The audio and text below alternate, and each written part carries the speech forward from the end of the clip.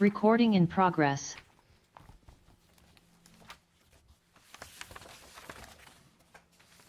Good evening, everybody. Can everybody hear me? Hear you, Mr. Chairman. Okay. Is everybody ready to go? Yes. We are ready. Okay, I think we have 6 o'clock. Good evening, everyone. My name is Sean Igo. I'm chairman of the Yarmouth Zoning Board of Appeals. We will now convene the April 9th, 2026 meeting of the Yarmouth Zoning Board of Appeals. This is a hybrid meeting, is being recorded. We will begin by taking a roll call to establish a quorum. Mr. Mantoni, Here. Ms. Murphy, Here. Mr. Scanlon, Here. Mr. Charstiak, Present. and I'm present as well. Do we have one more, Mr. Martin? Yeah, I'm here. Okay. Broke down and showed up. Okay, that's great. Having established a quorum, we will now begin the meeting. We have we have 4 matters on our agenda. There's going to be a couple that may take a little bit of time, so we're going to go out of order. The first matter we're going to address is petition 5223, Barino de Silva, properties located at 21 Woodbine Drive, West Yarmouth. It's in an R25 zoning district, and the applicant seeks a variance in section 203.5 for rear setback relief to allow 2 gazebos to remain 3.5 feet from the rear lot line. Is Mr. De Silva present? I am. Okay. Good evening, Mr. De Silva. How are you tonight? I'm good. How are you? Good, thank you. Okay. So why don't you tell us a little bit about what's going on here and what you need? Okay. If you could you speak could up, Mr. explain. De Silva. He asked me. If you can just explain what the project is. So, like, I bring out the paper before. I did bought online the 2 gazebo at online, like Amazon, and I put all together and I make like a. Excuse me, Mr. Silva. Could you speak up, please? Where's the Okay. microphone Can on? you hear now? Yeah, I think that's better. Yeah, I did buy those 2 gazebo online, like on Amazon, and I just set up together and put together one each other, and I put like a we call traditional Brazilian kitchen under, like a wood stove and wood grill, and yep. Okay. So you're here, I believe, as a result of a June 23rd, 2025 violation notice from the building commissioner's office. Is that correct? Yes. Okay. All right. So let me just read this into the record. This is a violation notice dated June 23rd, 2025 to Barino de Silva of 21 Woodbine Ave, West Yarmouth.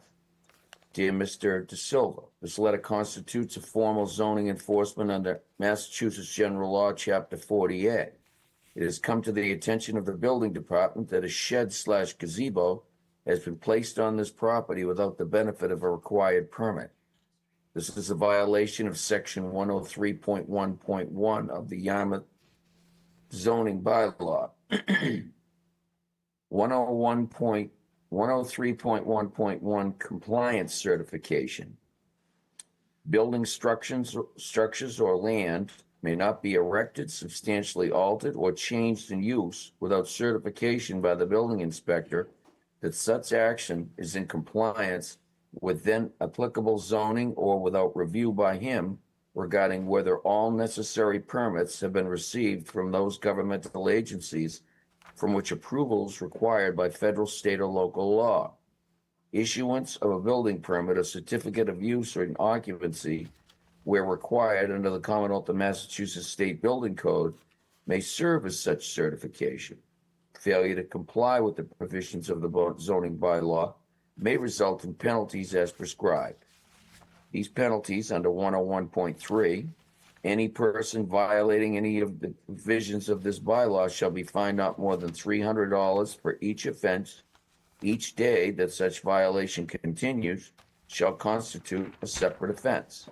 You are hereby ordered to abate or correct said violation or seek relief from the Zoning Board of Appeals as allowed under MGL Chapter 40A, Section 7 and Section 15.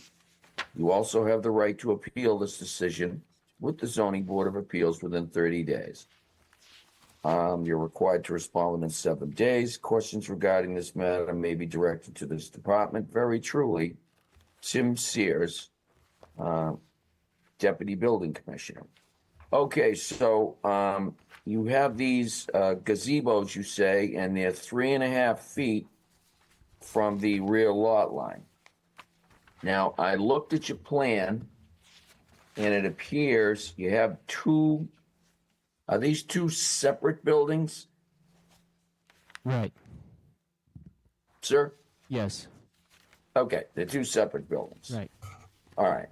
Now, I saw the size of them, and they both look to be less than 150 square feet. So if they're less than 150 square feet, that means they got to be 6 feet off the rear lot line. All right. If they were more than 150 square feet, they'd have to comply with the setback, and they'd have to be 20 off that rear lot line. So right now they're 3.5. I guess my first question is, why couldn't you just move them out 2.5 feet? Because I put like a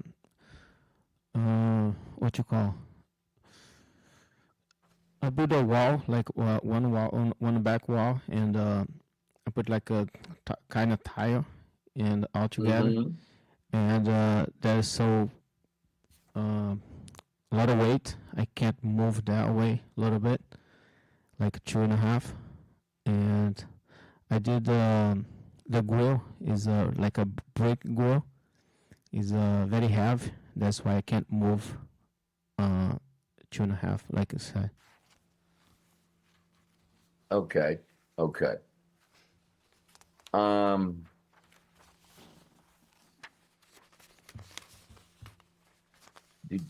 right. I'm tell you what, I'm going to go to the board for some questions. Mr. Martin, do you have any questions for the petitioner? It appears that actually both, I won't call them sheds, I guess gazebos or outdoor kitchen, whatever it is, are over the septic system, if I'm not mistaken. Is that correct? Right. Well, that's a problem in and of itself. So, Yeah, the corner is a little over, like you go. the corner is a little over the sap system. The corner, not the whole thing, just the corner. Not the whole thing. Well, nevertheless, still, yeah. This entire lot is apparently either paved or stoned. Is that right? Right. Yeah. Again, irrelevant. But I don't think I have any more questions other than, did you not realize that you needed to get proper permitting for these when you built them? I would like it. Did you know you needed to get permitting? Right. Yes. Then why did you build them that way? Because they wouldn't have been given permits. Oh no, but I didn't know that before I built it. You didn't know that? Yeah. Right. Okay. Sorry. Okay. I don't have any other questions. I don't see that there's too many options for moving this, to be honest with you. If he moves it further from the lot line, he's even more over the septic. So I don't have anything else at this point. Okay, Mr. Scanlon. Yeah, I have no questions. Okay. Mr. Mantoni. Well, I mean, I don't have any questions either. I mean, it's fairly obvious what's going on here, but these gazebos, it looks like they're secured to the pavers, right? They're bolted down to the pavers. No, I just put on top. It looks like you got some brackets or No, just That's, it's a okay, it's that's a not, yeah. not secured. No. And the reason you can't move it, again, as Dick had mentioned, if you move them forward, you'd be more over the septic system. Right. But you are anyway, so, Partially. partially. Yep. But you're saying you can't move them because you get this grill set up Yeah, it's a very heavy. on, and, Yeah. but that's up front, right? So if you moved a couple of feet, the grill would just be further in the gazebo, right? The grill was in the back. It is. Yeah. Okay, all right, maybe I'm seeing something. And if I need to move, I need to move. And then the other one you just use for storage, for like lounge chairs and Yeah. patio? Right. Yeah.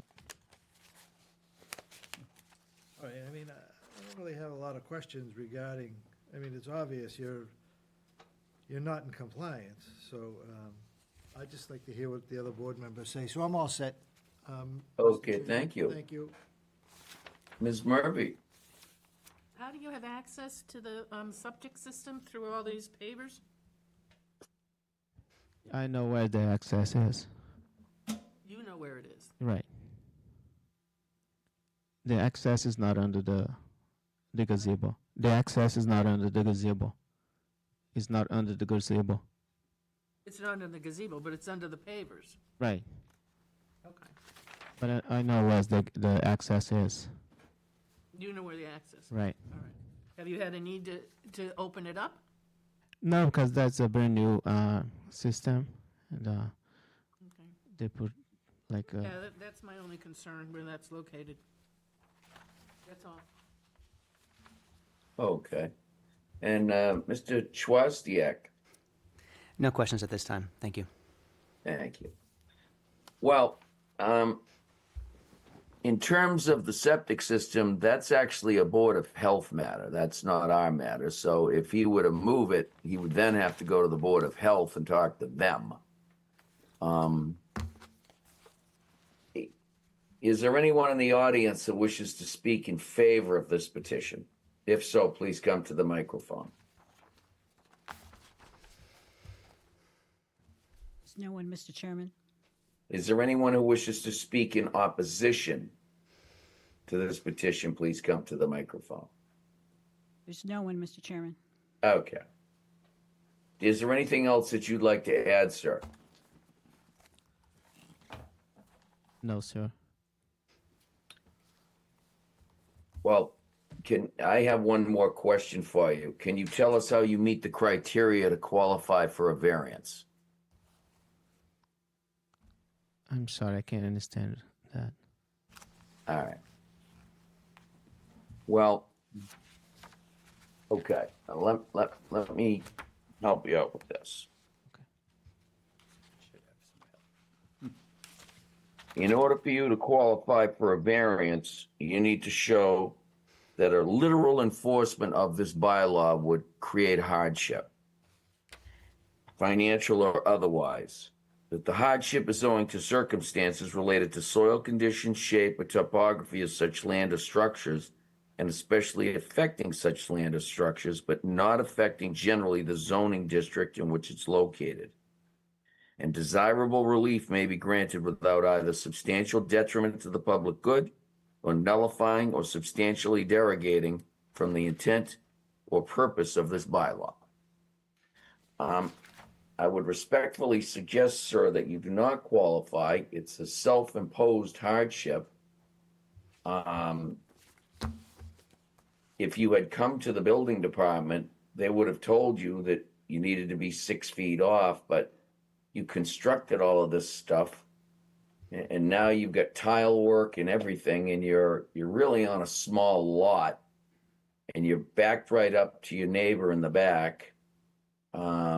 So while I certainly understand your situation here, I'm having a hard time justifying a variance, because a variance is going to run with the land. It's not going to run just with you. It would run to subsequent purchasers as well. Now, I suppose you could say that this would be personal to you and you could remove it when you leave or if you leave. But again, you're right up against that. I would from a position of setbacks, I think you can move it. You may do some damage to what you have in there right now, but I think physically you could move it out to the 6 feet. Now, whether then I believe you're gonna have to go speak with the Board of Health, because some of it's going to be over the septic system, and they may have an issue with that, but that's not our department, that's their department. So I would not be able to support this petition as presented, because I don't think you qualify for a variance under the bylaw.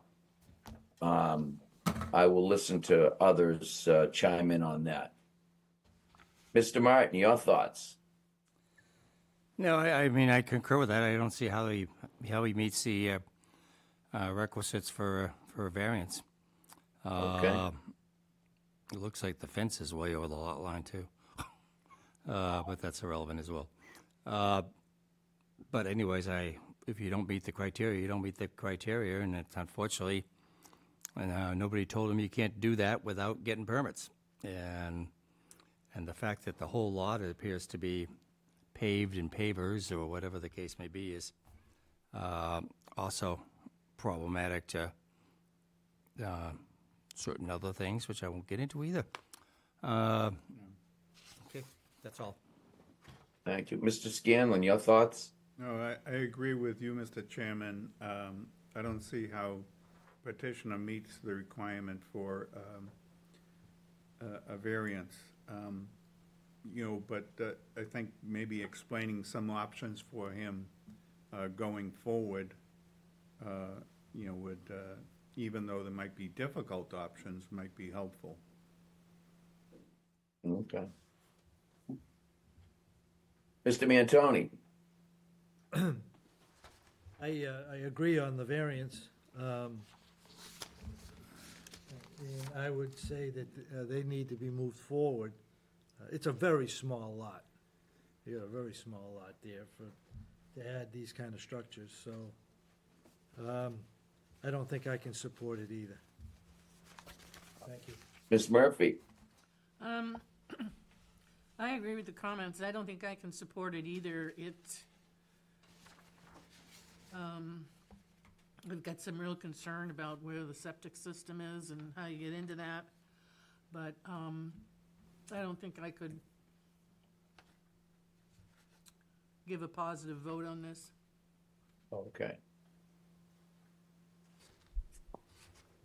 And Mr. Chwastiak, am I pronouncing that, Rich? Close? Better and better each time. Thank you. I concur with the board. This is a self-created hardship. It does not meet the legal threshold for a variance. So there was a suggestion by Mr. Scanlon that we do give you some options, and the options I would suggest, sir, is you do have the ability to move that building, as I suggested. You may create some damage to what's there, but you can physically move those buildings to comply with zoning, so you would meet the requirements. And as such, you could then go to the building department and probably get a permit. Okay? Okay. Or you may not even need a permit. So that's what you could do with the buildings. Now, when you're doing that, I would suggest that you get an opinion from the Board of Health also, because if you're going to place those over your septic systems, they may or may not have a problem with it. I don't know, because it's not habitable space. So I'm not quite sure about that, but those are your options. Okay. But unfortunately, there's nothing we can do for you. Now, we could not take a vote, and you could ask to withdraw this petition without prejudice, and you could come back in less than 2 years and represent it. But by doing so, you can't appeal our decision if you disagree with it. If you want to appeal our decision, then you need to have us take a vote, which I think is going to be a negative vote.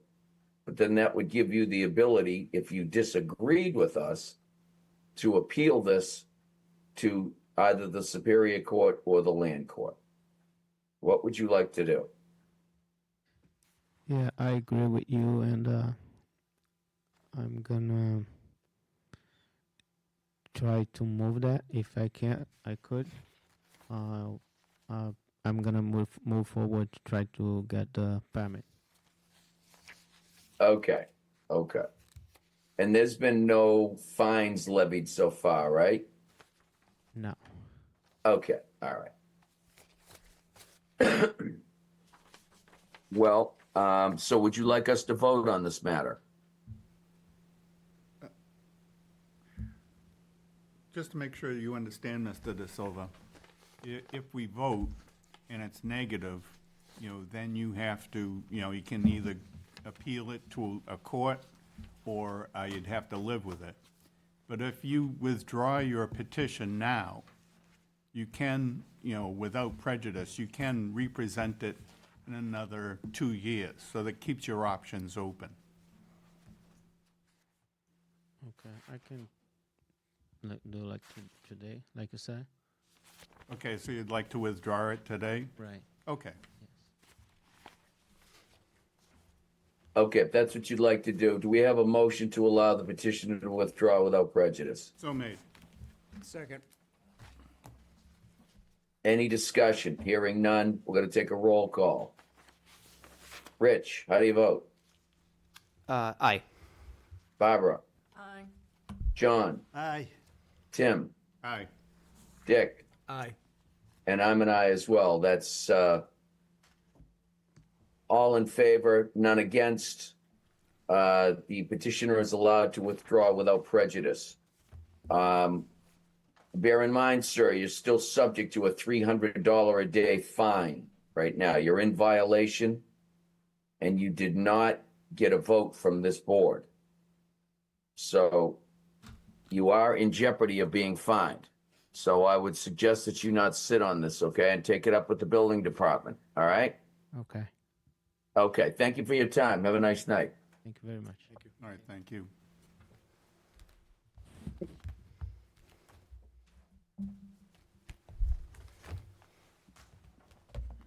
Okay, the next matter we're going to take up is petition 5224, William A. Bravo, trustee of the William A. Bravo Revocable Trust. The property is located at 147 Run Pond Road in South Yarmouth. It's in an R25 zoning district, and the applicant seeks a special permit per 104.3.2 for increase in height of a pre-existing non-conforming structure to construct a second-floor addition and a third-floor habitable attic. Do we have the petitioner? We have them on Zoom? Yep, I am here. Okay, could you turn on your video, please? Love to, as soon as I figure it out. Lower left-hand corner, to the right of your audio. Okay, I found the audio. He has to join. Hang on one second. Invitation as a panelist, and then he can show his video. Mr. Bravo, you need to join as a panelist. You should see a button coming up on your screen. Oh, I pushed the wrong one, sorry.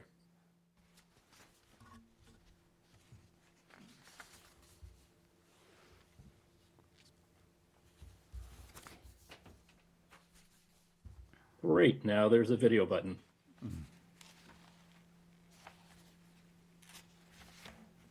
All right, did that work? Yep, I see me. Yes, it is. Good evening, sir. Could you identify yourself for the record? William A. Bravo, 147. Okay. All right. And could you tell us about your petition? Sure, love to. So I purchased this house quite a few, 2020, right before the COVID pandemic, and been using it as a summer home. Now, what I'm looking to do is, in retirement, in about 2 years, to move full-time down to the Cape.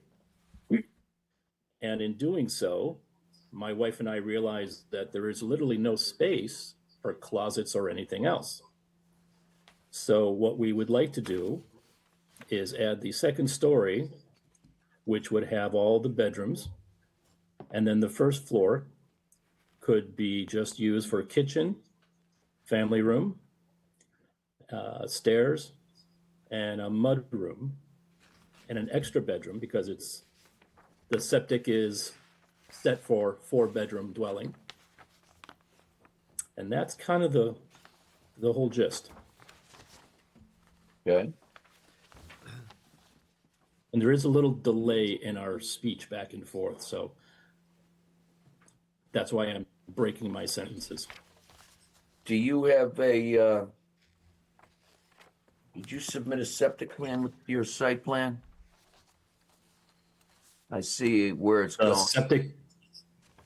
septic is in the site plan there. Okay.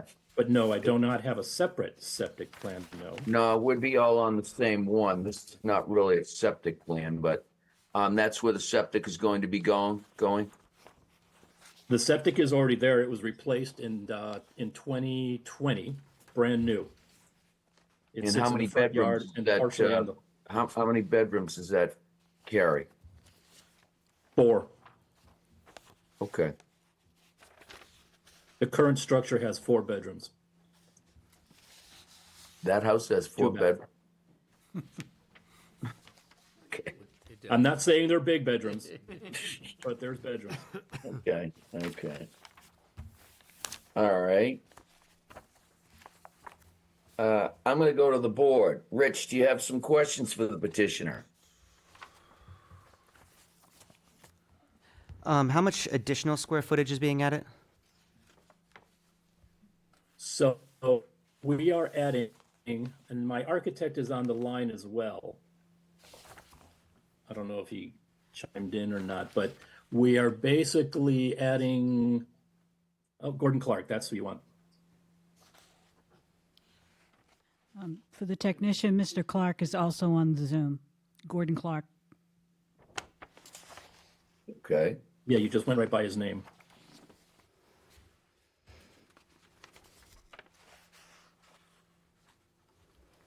So the current house, while you're getting him on, is I think 1,007. It's 26 by 40, if I'm not mistaken. 26. And so we're adding a percentage that he checked with the town on so that we didn't go over. Well, I think what we'd like to know is how much additional square footage you're adding to the house. The second floor is directly a pattern of what's on the first floor, so it's doubling the first floor. And what is the first floor? Okay. I'll have to get the plans out here. 1,092, does that sound right? 1,092. Okay. So if what's on the third floor? How much square footage is on that floor? It's unfinished up there. It's just, there's a dormer up there, but it's unfinished attic space. So if we approve it, we'll approve it as unfinished space? That is correct. The idea and the reason the dormer is up there is because the house being under the max limit will still allow me to see partially the ocean. So it's more just to go up, sit, and look out the windows. So you're not We are planning planning- on finishing it though? No. So what's going to be up there? What's the walls going to look like up there? Cripple walls, from what I understand, and the HVAC is going to sit up there as well for the second floor. So I'll have a Planning on having split. heat up there? Heat on the third floor or the second floor? The third floor. We're going to go up and sit and look at the ocean. Hadn't planned on it. Okay, so the condition of no heat is allowed. You're good with that? I'm sorry, I didn't hear the last thing you said. You're good with a condition if we put no heat up on the third floor? Correct. If that is a requirement for this to pass, then sure. Okay. I'm sorry, Rich. I didn't mean to cut in front of you. Go ahead. Do you have further questions? Yeah, in relation to the height increase, what is the exact height increase, the existing versus proposed?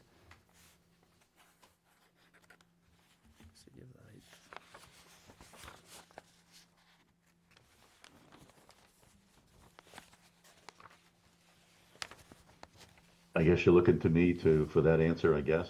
Hold on, I can tell you.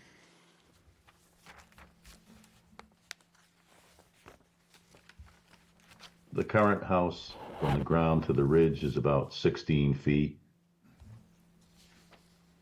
And the proposed house, It's like 33 feet, I think. 32 feet, 2.5 inches from, well, that's the rear grade. So if you average the grade from the front grade, from the street grade, it's 31 feet. Thank you.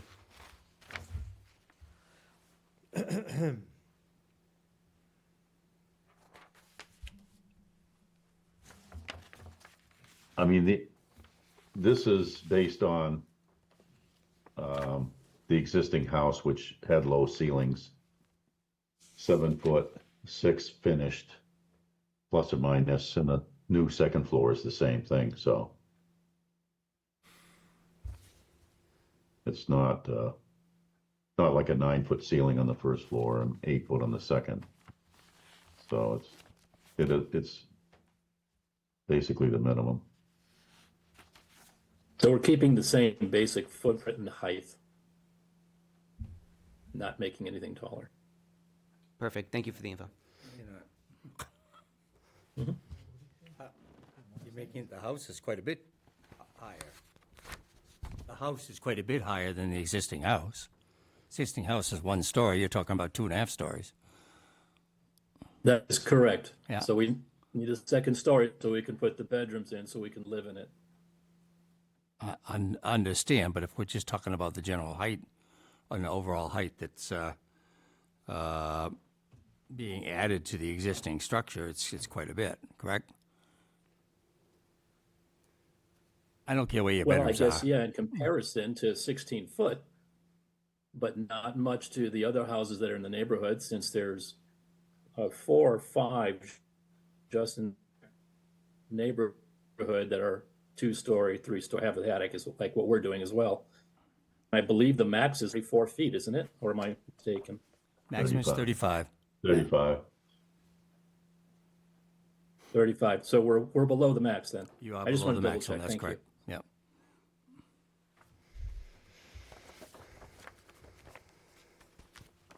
Anything else, Rich? I'm okay. Thank you. All right, Barbara? So the house right now has 4 bedrooms? Where'd you go?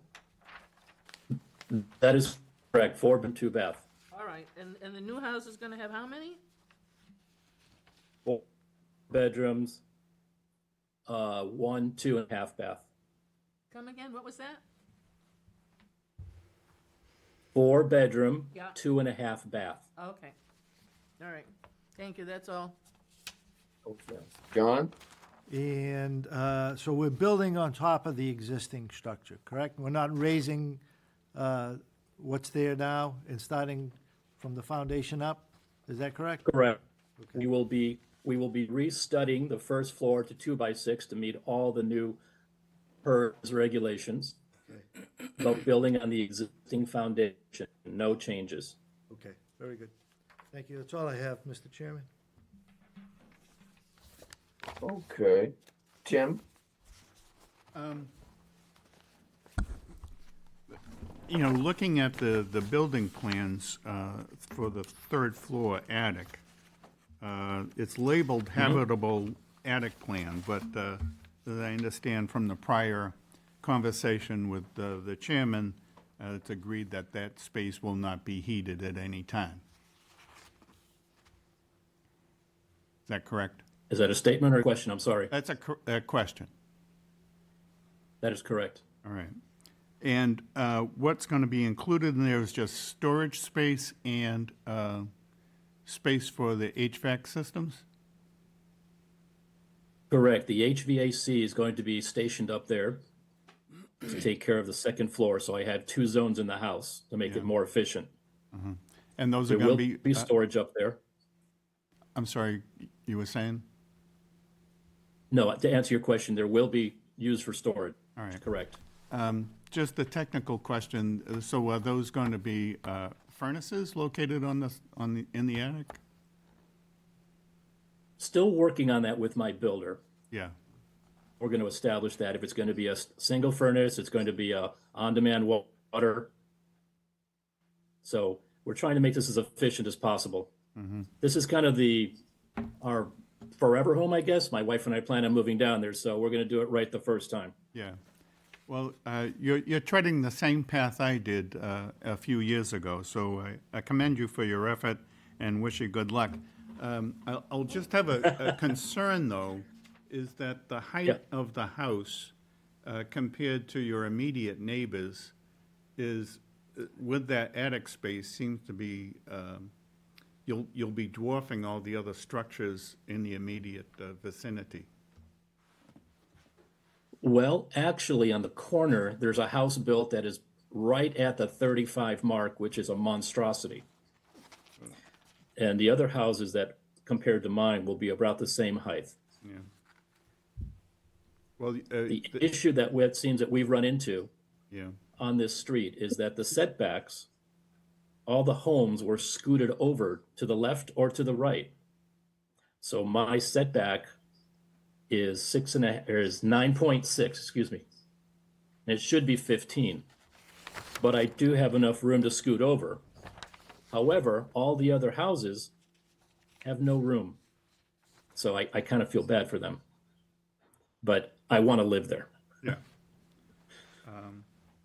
Love the neighborhood. It's a nice neighborhood. So, just going at the site plan, I'm trying to understand this. The dark orange area is the house now. What is the lighter orange areas? What are those signifying?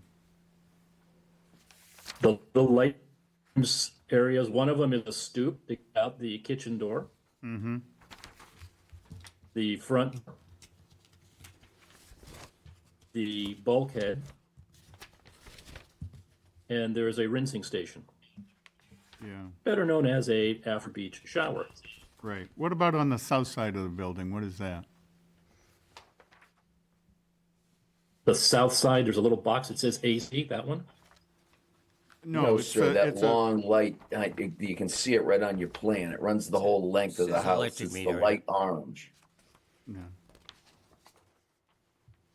I print that out black and white, so I apologize. There's a concrete patio in the back. There's some pavers. Pavers in the front.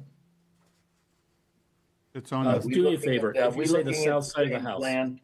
is that the front of the house? Turn your plan around and show it into the camera, please. I don't know if the camera can see it. Well, Yeah. we're. Give me something We're showing a color that is the same color that runs the length of the house. It shows it's set back 9.6 feet off your lot line on the south side. It says there's an Oh, electric okay. meter there. What is that? So if we're talking, how you just described it, sir, on that south side, there's a stockade fence within my lot line. Then there's obviously the lot line. There's a little AC unit. Oh, that's okay. You're getting close. What's that area that's 9.6 feet That off the lot tan line area. that runs the length of the house on the south side? Grass. That's grass, so that's not a foundation. Are you moving the Oh, no. foundation? No, foundation is not being moved. So what you're looking at right now doesn't change at all. So thank you for that clarification. That long Why is strip it a basically lawn. measurement then? Because when they measured to find out my setback, Why would they 9.6, measure the that's not- grass for the setback? why did they measure the grass? Yeah, Well, because if you're looking at the plan, yeah, you've got you've got a measurement from the corner of the house, You should have filed. south corner, going Yeah. out to the furthest point where they put a pin. That's 9.6 feet. And what does that signify? Is that the corner of the house? That is the corner of the house, corner of the foundation. Okay, that's what we're all asking. It's the two different colors on ours. Oh, okay, sorry. Excuse me. And then you go in and you have another line that says 15.3. You see that line? This to the left of the 9.8 that goes up to a new corner of the house. God, I hate my eyes.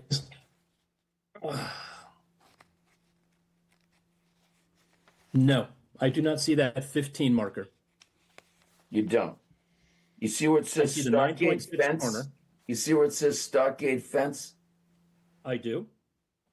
Go from your back lot line, go up towards the 9.8. Just before you get there, there's a line that goes up and it says 15.3.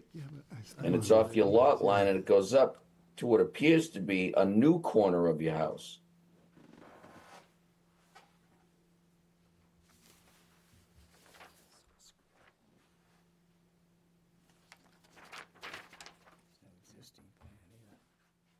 So I see the mound in the back that says 16 inches. I see the stockade fence. I see the 9.6 measurement from the corner to the lot line. Do you have the Cape and Island site plan? Stamped. Yes, I do. Okay. Does this have a stamp on it anywhere? I don't see a stamp anywhere, so you don't have the stamp, is it? So this is not a certified plot plan, is it? Actually, sir, it is. So when I Where's sent the this all into stamp? Dolores, she was going to add it. Dolores was going to When I add the did stamp? No, Dolores was going to add the version. I had Cape and Island send it to me. I then sent it to her. She then Do we included have it that, into the Dolores? file. There is a Look John for it, Mr. McElvey Chairman. stamp there.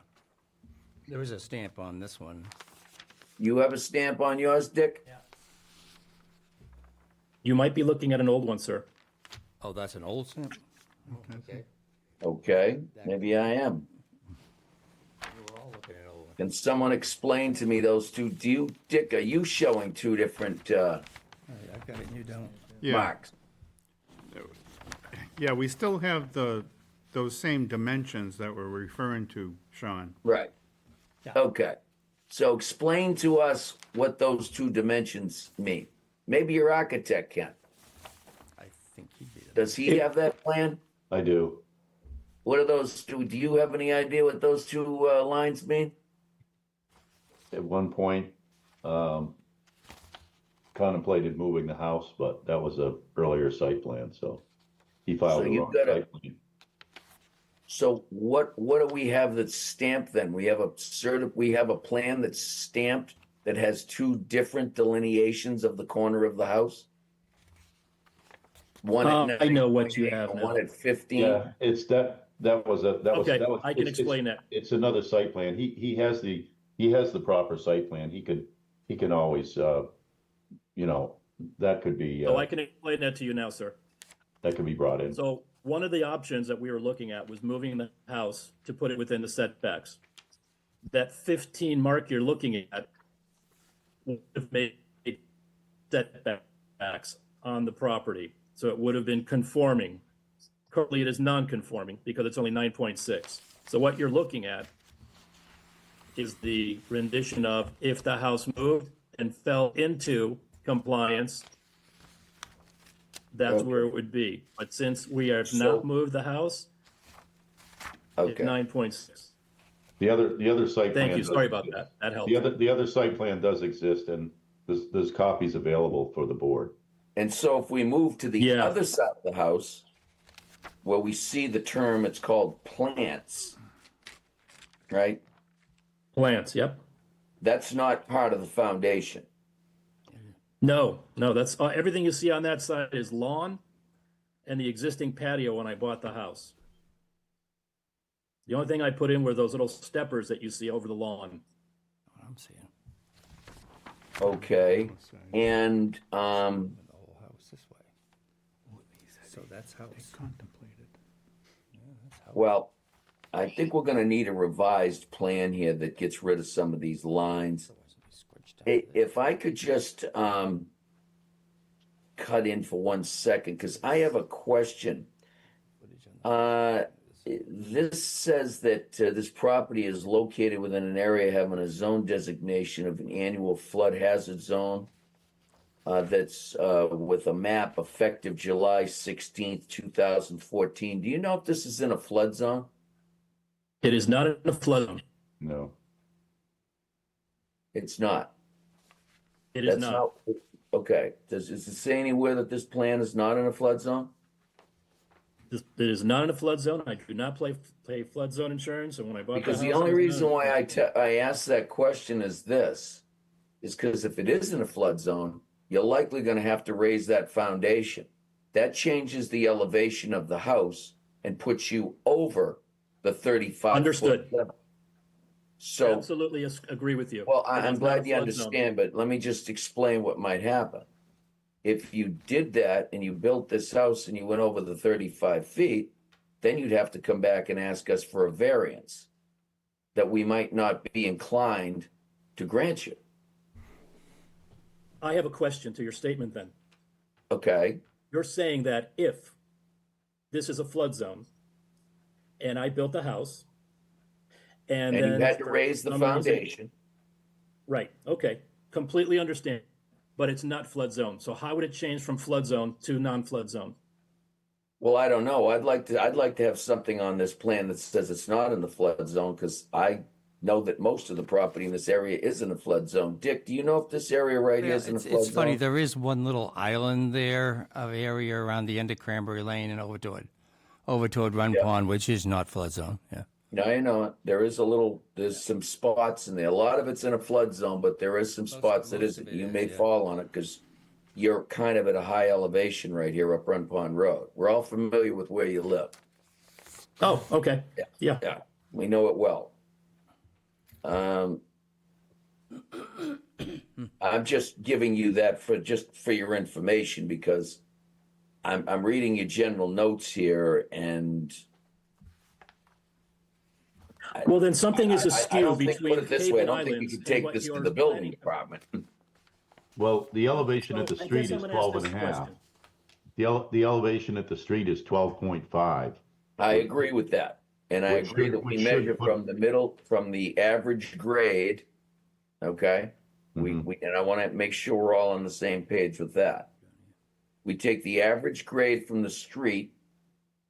Which shows on the That's our plan. starting point. You can go 35 up from that. And I'm looking at your plan. And at Yep. 12.5, when you run up to the top of your ridge, it shows it's 47.13, not 35. So how do you figure that your house You is can go 35 feet? You can't, correct me if I'm wrong, but I think you can go 35 feet from the average street grade. Your average street grade is 12.5, correct? That's correct. Okay. Are you saying I that? think I have it on are the you, plan. Are you? I just have a question for you. Maybe this is just a misprint. Are you, when you go up and you're 47, so you're not 47 from there. You're 35 from 12 and a half, correct? It's only 33. 33, and I closed that plan out because I have it on my computer here. But All right. Well, I've got 34, 7 and a half. yeah, On the plan. but it's under. It should be under the, because when I Okay. originally did these drawings, it was from the average. That's average that's grade. fine. And it should be I'm shown just- right on the plans. If you look at the That's- plan, see the I average take street your grade. word. I take your word, sir. I just want to make sure we're all, I see you got it on the other side. The other side, you're showing exactly 35. Well, you're showing where the 35. No, I'm showing where the 35 is, but. Exactly, and you yeah, come I- down, you're a little lower. Okay. Exactly, yeah. You're just I wanted- close, that's all. We try to be No, safe. it is close, but it is under the 35. And Okay, I took it Okay. from the 12 and a half and made sure we didn't go over the 35. All right, from okay. the average street grade. All right, so I guess we're all set on that then. It should, I would think, I mean, there was nothing, and the surveyor didn't say there was anything, about it being in any floodplain, so usually they tell us that. Now, maybe you're not, and Mr. Martin's right, I grew up down there, he's very familiar with it, he's been selling that area forever, he knows more about that area than anybody else I know. So he'd be an authority on that. And there are certain parts that are in the flood zone and some that aren't. Yeah, So no, you definitely could is. be out of it, but I just Yeah. want to make sure that you're, proceeding with caution. We're not trying to give you a hard time. We're just trying to prevent a problem. Yeah, usually absolutely, I the appreciate zone's around 11. I believe it's probably Okay. somewhere around 11. All right. Okay, all right, so we settled that, and I think we settled the issue of so just so we're all on the same page, you're building this up 2.5 stories, you're 9.8 off one lot line, and you're well off another. Is that fair to say? Correct. Okay, all right. Correct. All right, I don't know who I interrupted, but whoever I did, I apologize. I just wanted to make sure we're all on the same page. Mr. Mantoni, were you up? I don't remember. I think it was me, Brian. I don't have any questions. I think it was me. Well, do you have any questions? No, I'm good, thanks. Barbara, did I skip over you? You can. Okay. No, I don't Tim. have any, I don't have any questions. Oh, I went the other way. Okay. Which side did I start on? It's on Rich's.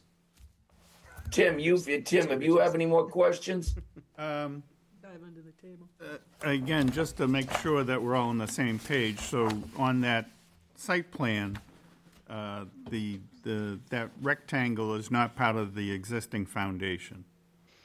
That is correct, that's lawn. Okay. Well, that's where the existing foundation is now, actually. The lighter Oh, shade, is that what you're talking about? Yeah. If I may, Yeah, just that's- intercede with that. That's where it apparent- is now. This is the building. The hashtagged area that's on both the tan, lighter tan, and the Yeah, the lighter darker tan, orange where is it the goes existing closer to the foundation, lot correct? line. Yeah, that is actually the location of the house now. Right, and so everything's moving a little to the north. No, it doesn't move at all. Doesn't Well, move at all. according It's to in the this- existing. That was a site plan which was exploratory as to what it would look like if they moved it. All right, But but I guess the fact is, the house is, as you say, 9.6 off the side lot. Correct, that is correct. correct. All right. So that's why we're asking for the variance, because I don't want to move the house. Yeah. All right, And I think you can do it by special permit. I don't think you need a variance for that. yeah. All right, I have no further questions. Okay. Dick, Dick, did we already go to you? No, I just snuck in there and there, here and there. Oh, okay. Do you have any questions? Yeah, I was looking at this plan, figuring that was the plan, but apparently it's not. It showed where it's moving into plants, which was actually putting it more in the center of the lot and more conforming. I guess you're going to rebuild or whatever, or move it. But that's not the case. We're sticking with the existing foundation, 9.6 on one side and pretty good distance on the other side. Correct? Yeah, I think it's Yep. 23.5. All right. Have you talked to your neighbor on the south as to their feelings about such a high dwelling looming over their house, which I believe is one story? Yeah, Nicole and Dave. Yep, we see them all the time in the summertime. We tell them about additions, talk to the neighbors across the street. So everyone had a chance to, take a look. Okay. Okay, I think I understand what's doing. It would be nice if we had up-to-date plans and an existing site plan of what's there now. Would have been nice to have, but we don't. So it's all kind of on one and changing one way and back to another, I guess. What I could do, if you'd like, I can send you the old plan that Cape and Islands did, that I have the stamped version, that has just the unique current existing footprint.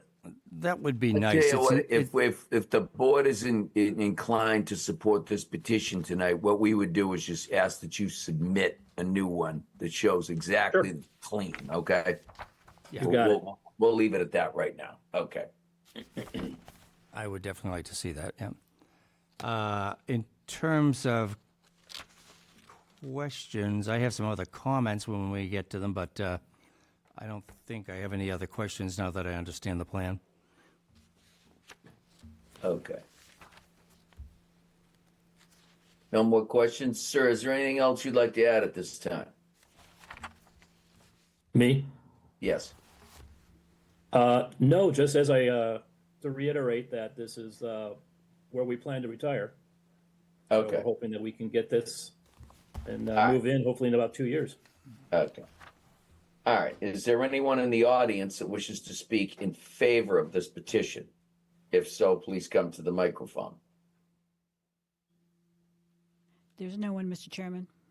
If there's anyone in opposition to this petition, please come to the microphone. And there's no one, Mr. Chairman. Do we have anybody with their hands raised? No, sir. Okay. And if you have nothing else to add, sir, we're going to close this matter to the public, open up for board deliberation. Mr. Martin, what are your thoughts? Well, I think it's an awful tall house on a very small lot. Very close to its neighbors, considering they had the ability to move it to become conforming on both sides, would have been a nice thing to see, I think, but I think they're understandably trying to save some money.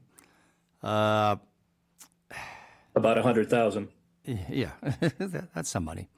And,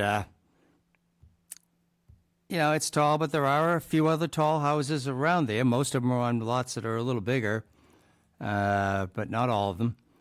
And so I guess if it's been allowed before, I guess it can be allowed again. I'd feel a lot more comfortable if this was a normal 2.5 story where the third floor was under the, more under an attic eaves and without dormers. But I guess I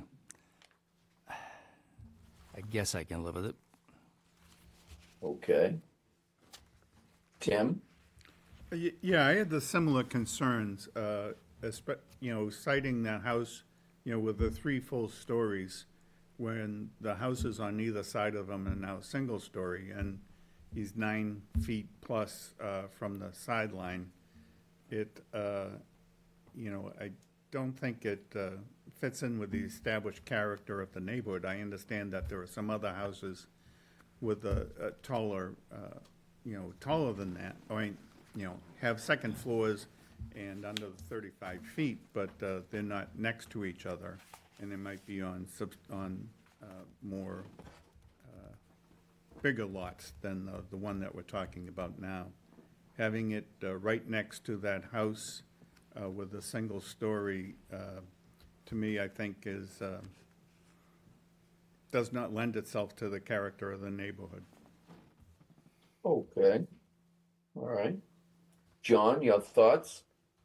Well, regarding the previous comments, there are a lot of single-family ranches, one-story houses. So, but then there are, like he mentioned, there's that monstrosity on the corner that was allowed. So, I don't know how we could deny this petitioner. So, as far as that goes, I'm inclined to support it. Okay. Barbara? I don't have any additional comments. Rich? As the rest of the board, neighborhood impact was the one thing that came across. I do appreciate you reaching out to the neighbors, speaking with them exactly, but I'm inclined to support this. Okay. Okay. Also given the fact that no one's opposing it. None of the neighbors have opposed it. So, that says quite a bit to me. If I could just add one last thing. And I apologize, I don't remember the name of the gentleman. He was the second one. You were concerned about it is a two-story, and the single ranch on the south side, which is Nicole and Dave, the way that their house is set back and mine is forward, I'm literally looking just on top of their roof. Yeah. Just wanted to throw that out there. Thank you. Sure. They're not set back much more, a little bit, but, and they're only 7 feet from the lot line.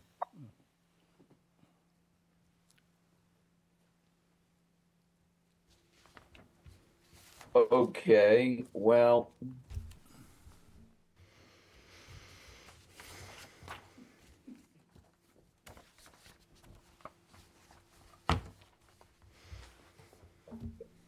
Down this lot.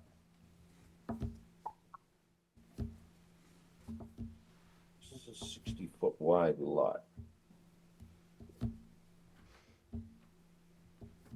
So what is the width of the house actually here? The width is currently 25. It will remain 26. 25.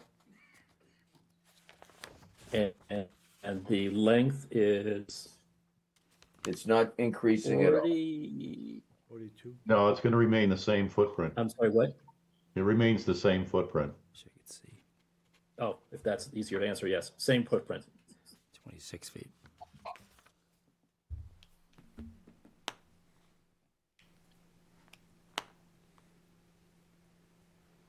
And I believe Gordon did a lovely job creating it to make it fit the neighborhood with the dormers and the curves and unlike the monstrosity, as someone mentioned. This has a nice curb appeal. Yeah, I think we know what you're talking about. Okay. Well, I would agree that it would probably be a good idea to kind of push it towards the center of the lot if we could. And it does appear to be an alteration or extension and not a full raise in place.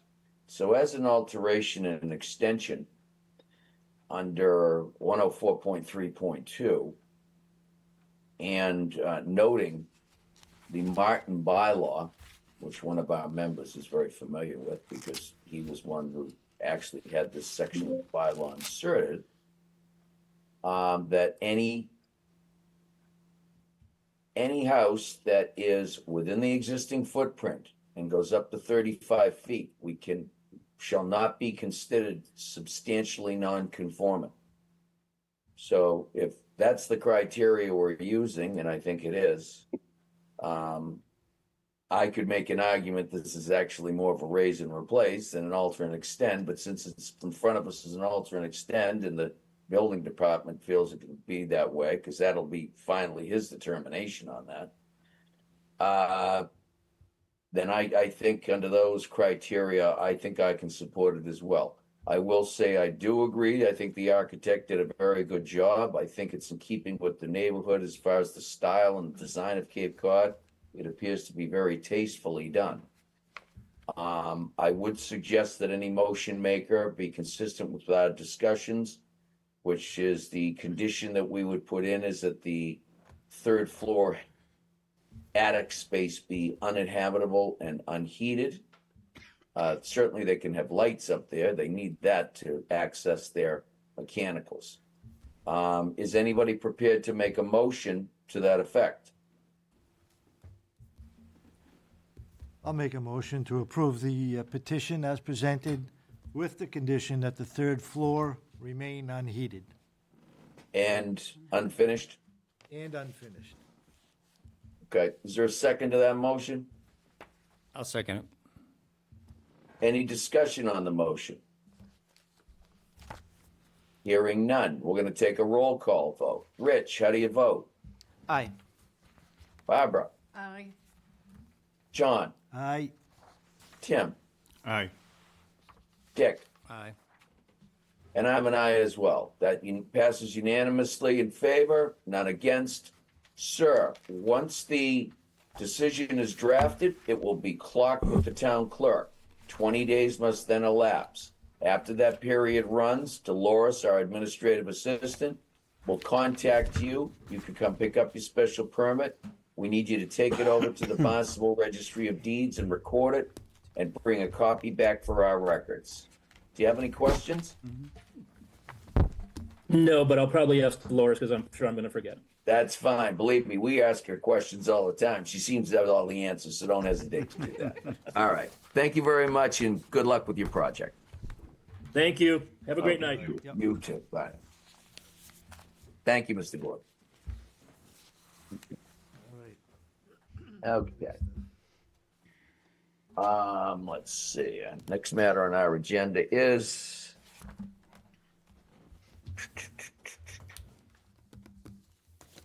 Dessert de Oro Foods Incorporated, property located at 433, 437, and 439 Station Avenue in South Yarmouth. It's in a B1 APD and Zone 2 zoning districts. The applicant seeks a special permit for 104.3.2, subparagraph 3, 104.3.5, subsection 2 and C, section 202.5, 301.2, 301.8, and 406 to raise and replace two pre-existing non-conforming buildings with one 2,094 square foot building for a Taco Bell with 18 indoor seats and a drive-through window. Good evening. Good evening, Mr. Chair, members of the board, Attorney Christopher Corain from Dunning, Corain, McNichols and Garner in Mashpee. I'm here representing the applicant, short name DDO Foods. They are the prospective purchaser of the property and looking to develop this, as I say, for a 2,094 square foot Taco Bell with indoor seating for 18 and a drive-through. As the chair indicated in the public hearing notice, we've applied for a special permit under several provisions of your bylaw. The first being 104.3.2 subsection 3, which is your standard alteration, extension, change to a pre-existing non-conforming structure.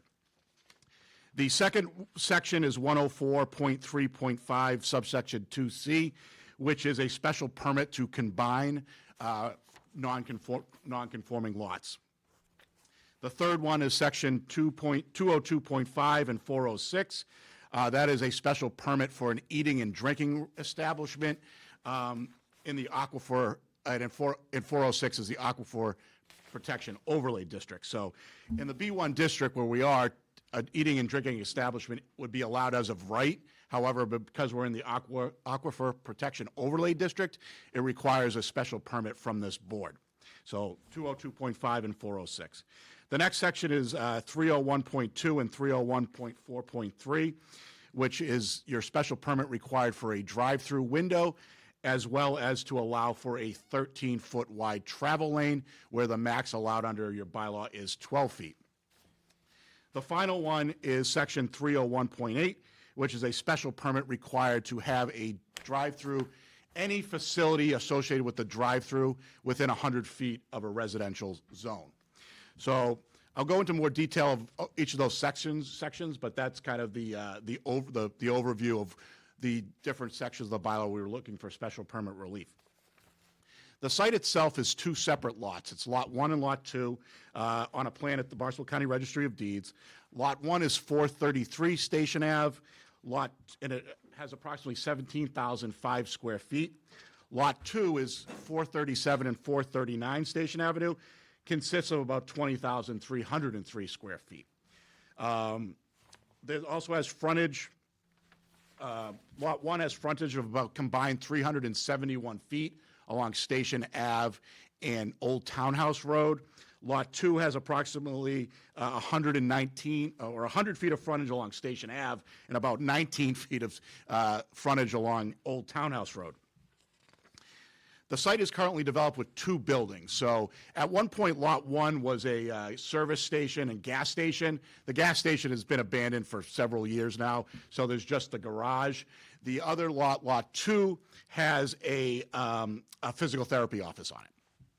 So Lot 1, the structure on Lot 1 is non-conforming because it fails to meet your front yard setback to Old Townhouse Road, where 30 is required and where 16 existing. And the front yard setback to Station Avenue, 75 is required, and we have 49.7. So those are the nonconformities for the building on Lot 1. The building on Lot 2 is nonconforming as to the front yard setback to Station Ave, 75 feet required, we're at 64.7 feet. And the side yard setback is 6 feet existing, which is non-compliant. So there we have the two nonconformities for Lot 2.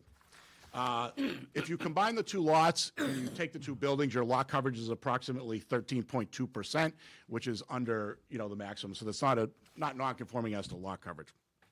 So again, we are proposing to raise both structures to create one single structure at 2,904 square feet, drive-through, 18 seats inside. The new building will be 43 feet from Old Townhouse Road, so we are eliminating the front yard nonconformity to Old Townhouse. We are also eliminating the side yard setback nonconformity that's happening on Lot 2. And we're obviously eliminating any setback nonconformity for the front yard for the building on Lot 2 because it's being raised. We are going to get a little bit closer to Station Ave than what's existing by about 9 feet. But again, if you look at the lot, it's a very unique lot where it's going, so that's why, we're getting a little bit closer. But again, we are eliminating, 3 nonconformities otherwise. So I think that's an improvement overall. And we're going to be reducing the overall lot coverage from what I said was 13.2% combined to 5.6%. So reducing overall coverage of structures. And again, we are going to be also, as I noted, reducing the overall, the lot's basically all pavement and structures. And so we're making a significant reduction in the overall impervious structure by almost over 7,000 square feet. So I think that's a real positive for this project. There's a lot of greenscaping, there's a lot of landscaping, buffer, and vegetation. So, and I guess I'll be remiss because I have Nicole Duquette, who's our project engineer, next to me, and I have Scott Thornton behind me, who's our traffic engineer. So I apologize for not introducing them at the beginning of my presentation. The application has gone through the site review process, design review. Nicole led that process, so she can certainly answer any questions the board may have with regard to design review or site plan review. Again, we're eliminating a front yard setback nonconformity to Old Townhouse. We're eliminating the side yard nonconformity on Lot 2. We're reducing overall lot coverage. We're reducing impervious concrete. We're increasing green space, landscaping, vegetation. There's improved stormwater management for what's there now. Proposal will recharge more water than what's happening right now. We're putting in new septic system, which will improve wastewater treatment. We're making improvements to the vehicular access. We're making improvements to pedestrian access by proposing sidewalks. There are currently 5 curb cuts on this lot, and we're reducing those to 2 curb cuts. So certainly be an improvement there. The combination of the 2 lots will create a more conforming lot in the B1 zoning district. And we do think that this is compatible with the area. This is your business district. There's a Wendy's, there's a Stop and Shop, there's other eating establishments, other commercial establishments, gas stations, and the like. So we think that it's compatible there. So just going specifically to the zoning bylaws that I brought up with respect to needing special permits. So the first one, again, 301.2 is the 12-foot wide travel lane. Again, the reason we're asking for 13 feet is because of the need for delivery trucks to be able to access the property. So they do use, I think Nicole can speak to this, the tractor trailers. So they need the 13 feet as opposed to the 12 feet. I think it's the minimum, we're requesting the minimum amount necessary under the bylaw. The applicant is also seeking the 100 feet, a special permit to be within 100 feet for the drive-through operations. And so we need this because my understanding is there was a recent zoning map change. So the residential zone line is right on the property line. So there's really nowhere we could put anything that wouldn't be within 100 feet of the line. However, I will note to this board that Townhouse Road, Old Townhouse Road, Station Avenue obviously buffer this property, so we don't abut any residential properties, and the menu boards and the stacking lanes will be over 90 feet from actually any residential property. So we're still a good distance away from any actual residential property, but because the line is now along our property line, we would need the special permit for the 100 feet. Okay. And so, with respect to the combination of the lots, this was something that was raised by the building commissioner at site plan review. I may be missing something. I don't think we need it because we're creating a conforming lot in the B1 district. This lot is going to have more than 20,000 square feet of lot area. It's going to have more than 150 feet of frontage overall. So it conforms, based on my reading of the bylaw, conforms to the B1 zoning district, but he may have, as I said, he's not here, so I don't know for sure, but he did recommend, he referenced it as asking for that relief. But again, I think the lot complies with what is required in the B1 zoning district. And then the final thing that I'll raise is in the Aquifer Protection Overlay District is that this board has to find, or the applicant has to demonstrate, that the project and operations as proposed will not violate federal and state standards for drinking water at the down gradient property boundary. I'm sure Nicole can speak to this, but we're making the representation to this board that the project and operations will not violate federal and state standards for drinking water at the down gradient property. So with that, I'm happy to answer any questions. I think based on the overall improvements to the lot, I think this is not a project that would be substantially more detrimental to the town, the neighborhood, the zoning districts, especially given we are in a business one district. If it wasn't for the Aquifer Protection Overlay District, eating and drinking establishments are allowed as of right. But again, because we have to, go before this board for the special permit. So again, Nicole is here, Scott is here, and happy to answer any questions the board may have. Okay, thank you very much for that presentation, Attorney Corain. Let me just look here. I think that you have covered a lot.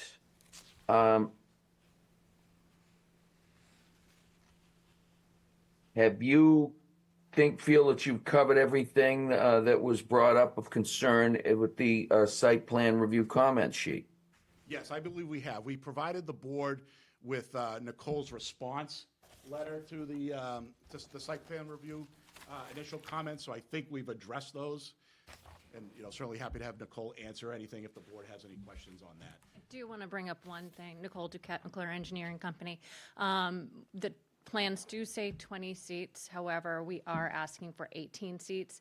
During the site plan review committee process, it was determined that we only had, we could only do 18 seats because of septic flow. So we do have an approved septic system for this property, for this use and property, for 18 seats. So that is something that is different from the plans. So certainly if the board were inclined to approve the project and condition it on 18 seats, And it was, Dolores helped us out with that. It was noticed as 18 seats and not 20. Okay, very good, very good. All right, why don't we start out, we will go to the board. If I want to refer, which I may come back and refer to site plan review comment sheet as well as the design review comment sheets. And the design review, you did see those comments, Council? Yes. All right, I know they had some questions and some concerns relative to the colors that you chose. Are those colors that, I know that they were looking to do more grays and whites. You had browns and blacks. Would you like to comment on that? Yeah, sure. I'll comment on that because I was at the design review committee and the SPRC as well. So we had done an initial rendering that wasn't preferred. So I'll just put it that way. And then through the process, Sarah had helped us kind of develop what we show today, which is this one here. The one thing that the Kathy Williams, the town planner, said is that she wasn't crazy about the dark trim. However, when I talked to Sarah at the SPRC, she said that she was okay with the dark trim, only because she felt like we have gone out of our way to accommodate the style. So she was willing to give on that, even though she did too felt like it was a little bit dark. We do have the printing copy is always a little bit different, but we do have that material board sheet. I actually have it in Okay, my so car too, on so that, I can grab I'd it. like you to turn to page A42 on your plan. I think it's the last one. That one right there. Everybody's got that one? So these are the colors that you're proposing to use on the building? Correct. Okay. And it's very similar to the colors that are around there today. I believe the Dunkin' Donuts has more of it doesn't have more of a gray tone. It has more of the warm gray instead of the more like a sand than a traditional gray, cool gray. All right. Does anybody have any well, we can come back to that. All right, if we need to. But everybody's seen that. If we have any comments on the colors later on, maybe we can talk about that. Why don't we go to the board for some questions? Dick, you have any questions for the petitioner? It looks like you're completely bulldozing the entire site for construction, correct? Correct. Right. Has any thought been given to saving the 4 trees that are on Old Townhouse Road there? Your landscape plan shows them gone. Yeah. They should normally be required to stay. See if they were located on They're the. kind of medium-sized trees. They're not, that special, but Yeah, I think the We can see them on the- concern, yeah, you can see them on there. those are in the right of way. I don't. And if they are in the right of way, they I don't see a once problem with should keeping stay there for that too. Yeah. I really don't see a problem with keeping them. Okay. We may have to modify the landscape plan just to make sure that, I'll have to ask my landscaper. I do not have a green thumb, but I do know that if their trees are too close, that they'll compete with each other, so we'll just have to Yeah. look at that. I don't think they're too close. They show on the existing thing plan there. Yeah, I There's don't see a one on the north side of the site too, which might be able to be retained, which is a full-size tree. Yeah, if they're in the right of way, we can push them. All right. I appreciate what's been done now. You originally trying to put this on just the one lot, the gas station? It barely fits on. I thought so. Yeah. That was And real that tight. that gas Yeah. station lot's real tight. Was I re- mean, there was a taking there before, so it was a little bit bigger, but Yeah. Given the uniqueness of the lot, if you put it all on that one lot, I think you'd be creating you wouldn't be eliminating some of these nonconformities that we're trying to Yeah. improve. Yeah. No, I think generally I appreciate the design. I appreciate the traffic flow. So you're going to attempt to have the traffic flow coming out onto Station Ave only be able to go right, and the traffic flow that wants to go to Station Ave go out on the Old Townhouse to the light. Is that right? correct. Okay. Although there's no, you know what I mean? Even though it doesn't, I think you mentioned that it doesn't really work very well at Four Seasons and other places where we've demanded the angled exits, and people just kind of ignore it. So I guess in one sense it doesn't matter. No, but I think I think that most of the rest of the landscape plan is good. I think I've always had a concern as to how. I guess they do. How the two drive-ups merge into one, and how that can be potentially problematic. So it actually does work well, because if you think of it, your drive-through, you're waiting at a menu board, so it's at a stop condition. So with Yeah, your that's true. mobile pickup, that is announce go. You know, it's more of a yield rather than a stop. So you have a stop condition there at the drive-through window. Can you explain the difference between a drive-through and a mobile pickup? So mobile pickup is you've already ordered on the app, your cell phone app, and you're just picking up. Where the drive-through, you're ordering at the menu board. And there's no concern with that merge as far as you guys? No. We actually have, there's one in Attleboro on Pleasant Street that I had permitted. There's a few around that are south of Boston that we've already done it for. So it hasn't been an issue on those. Sorry, Dick. No problem. Are we taking into consideration some of the other issues brought up, like the lighting plans and the signs we don't have yet, correct? They're going to meet, they can conform with zoning? The lighting plan was revised so that it met so we didn't have to ask for relief. Okay, So where the landscape plans were revised, we added more landscaping. okay. Yeah, if you see it should have been submitted was Nicole's response to the site plan review. And so it said like lighting plan was amended and revised. I think there was some landscape planning that was revised. So there were, the response that we provided does take into account where plans were revised to address some of those comments. Okay. Also, under the building department comments at site plan, it does not appear to meet the standards concerning number of trees. I think that's probably the westerly boundary where you just got some shrubs there instead of trees. Yeah, we added, this is the second iteration. The one that's in front of you is the one that has been revised per Okay, building. so that has been revised too. And I know Dolores has a copy of our response to it because I can see our blue wave at the bottom of it. Yeah, it's in the packet. Oh, it's in the packet too, okay.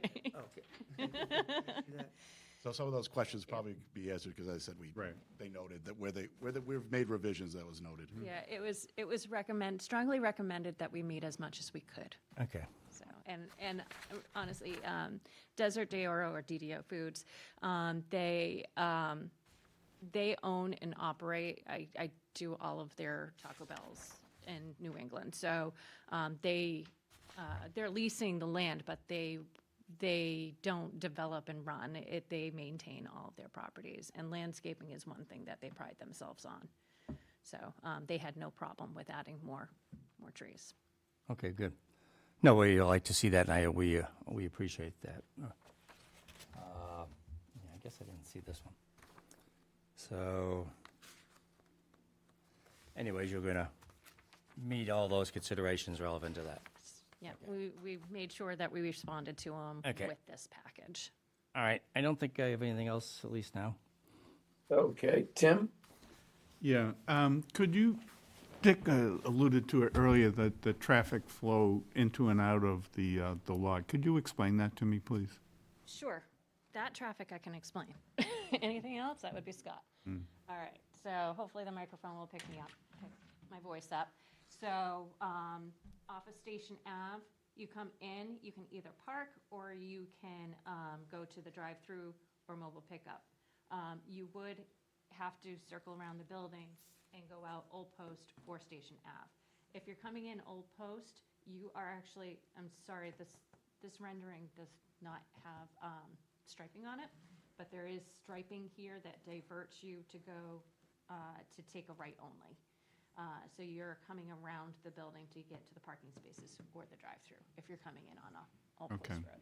So you have the striping in your set. I do have smaller versions of this color up if Yeah, I get the big one too, but So I guess my question though is more directed towards vehicular traffic entering into the site and exiting the site. So for instance, northbound on Station Ave, would that be allowed to take a left turn into the property? Yes, so that would be allowed to take a left turn into Station Ave. The only access that we're limiting is the left out, and that was the concern at the SPRC, was that left out. The left out on, yeah, all right. Station Ave. Okay, so that would continue northbound. Yeah. All right. And we didn't have a problem with that, seeing as we had the entrance here, that could get us to the signal. And so I guess, just from recollection, there's one lane northbound on Station Ave, and there's 3 lanes it's heading southbound to divert traffic left, center, right. Is there an issue with, you know, at the height of the summer and traffic patterns, is there a concern where cars turning left into the property that are heading northbound on Station Ave would create blocking the traffic flow? See, this is where I'm going to have to hand it over to Scott. But I do want to mention something that there are additional driveways that we're curb cuts that we're cutting, we're removing. There's Yeah. a curb cut here, there's a curb cut here, there's a curb cut here. Yeah. So we're taking the two most furthest away Furthest away, driveways Got it. and closing at least 3 driveways. Right. So, Scott, go ahead. Do you want me to move my stuff or you? No. Yeah, Chris, could you ask him to take a microphone with him? Yes, absolutely. Thank you. Can you hear me okay? Yep. Yes, fine, thank you. Sure. For the record, Scott Thornton with Vanessa and Associates. We prepared the traffic assessment for the project. So in this area of Station Avenue, where it's headed southbound, there's the left turn lane, and then in the vicinity of the site is actually where the two-way left turn lane starts. So in this area, we think that there's a sufficient space for traffic. If it needed to queue up somewhere, it could queue up in that center turn lane area. But based on the analysis that we did, the traffic that's turning left southbound on Station Ave, that queue is pretty short. That's like between 12 and 18 feet. So it's not a significant queue. There's not a lot of left turning traffic that's there. So this lane we expect to be open in this area. The queue on the through lane does go back on average to about 230, 250, which is right in here. But we think that there's going to be sufficient room for traffic to make that left turn. In the height of the season, I'm sure there's going to be instances where that won't be possible, but we don't think it shouldn't be every signal cycle. It should be, on an occasional basis through here. Every single light cycle? But what you're describing then is that a car trying to turn left into the lot that's heading northbound on Station Ave might veer into the lane for that southbound left-hand turn? In this area where you're going to have a car trying to take the left-hand turn is now going to be head-to-head with a car trying to take a left turn southbound. But the volume that's headed left, that's headed south to turn left. Yeah. That's a really low volume. Yeah, but it's not zero. No, but it could be less than one signal cycle. Yeah. I mean, it's not a big volume at all. Yeah. And could you describe how it works on the Old Town Road? Yeah. So this is proposed to be full access.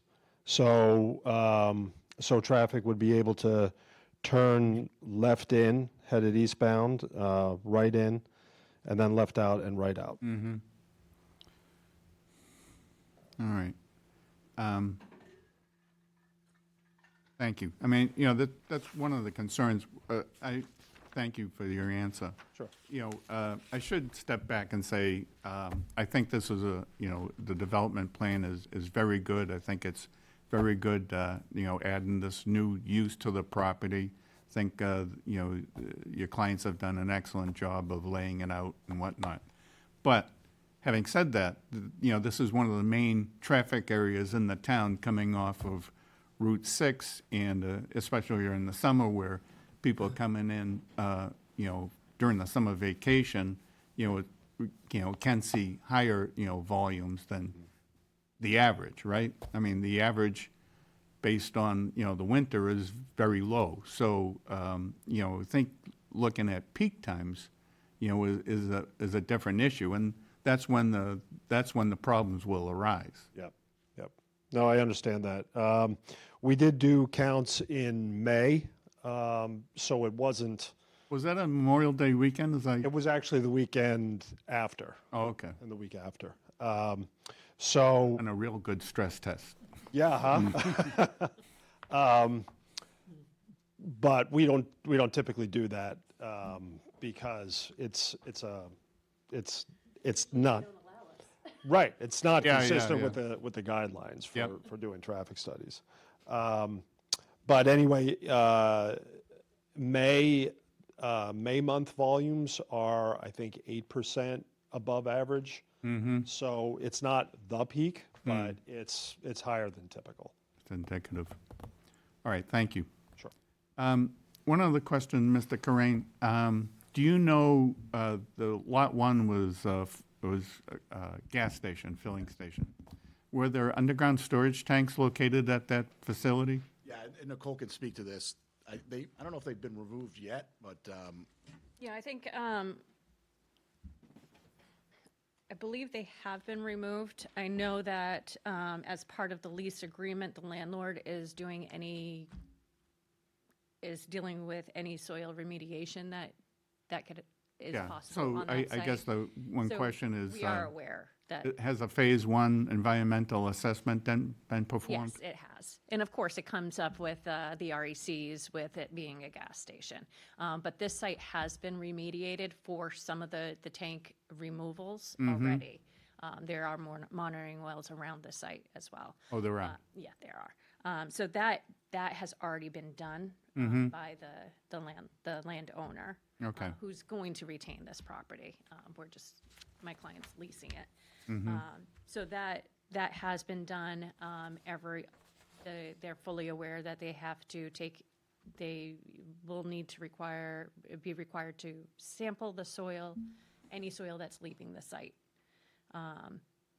There's different parameters between what soil is left on site and what soil is taken off site. If it's taken off site and it's above a certain level, then it has to be treated as hazardous waste. And at that point, the landlord would take care of that. Yeah. So I saw on the construction diagrams, there's areas where you're going to store the soil that's removed for that construction. That's just a normal stockpile. That could be stockpiling gravels, or if they do have to remove soil on site, what they usually do is put a tarp down and put that soil on the tarp so that you're not contaminating other ground. So, but do we know, you're saying they're monitoring wells and there's been remediation There has been for in the the past. tanks previously, but They're at below level now, so that's why they're not being tested now. Okay. All right. The other thing I was curious about is the drive-through hours. It goes up to the weekend on 2 a.m. Is that typical for a Taco Bell restaurant? Or Yes, that is typical. If towns want it to be closed earlier, what they do ask is 9 to 12 on weekdays and 9 to 1. Mark, my client from DDO Foods, has asked if he can just. He thinks that the most he's going to do is 9 to 1 on Friday and Saturday, 1 a.m. He doesn't think that this would be a 2 a.m. area. to what? Going to 2 a.m. Yeah. So he thinks 1 a.m. would be sufficient for this one. Okay. What about midnight? They don't like going down to midnight No. on Friday and Saturday. Yeah. All right. Well, I mean, that's the concern, Late taco. Huh? I said everybody needs a late taco. Well, you get the munchies, you got to go somewhere. But, it is a concern, at 2 a.m., and you're 90 feet away from a residential area, but, with the streets right there and the houses right across the street, that is a concern for disturbing the neighborhoods.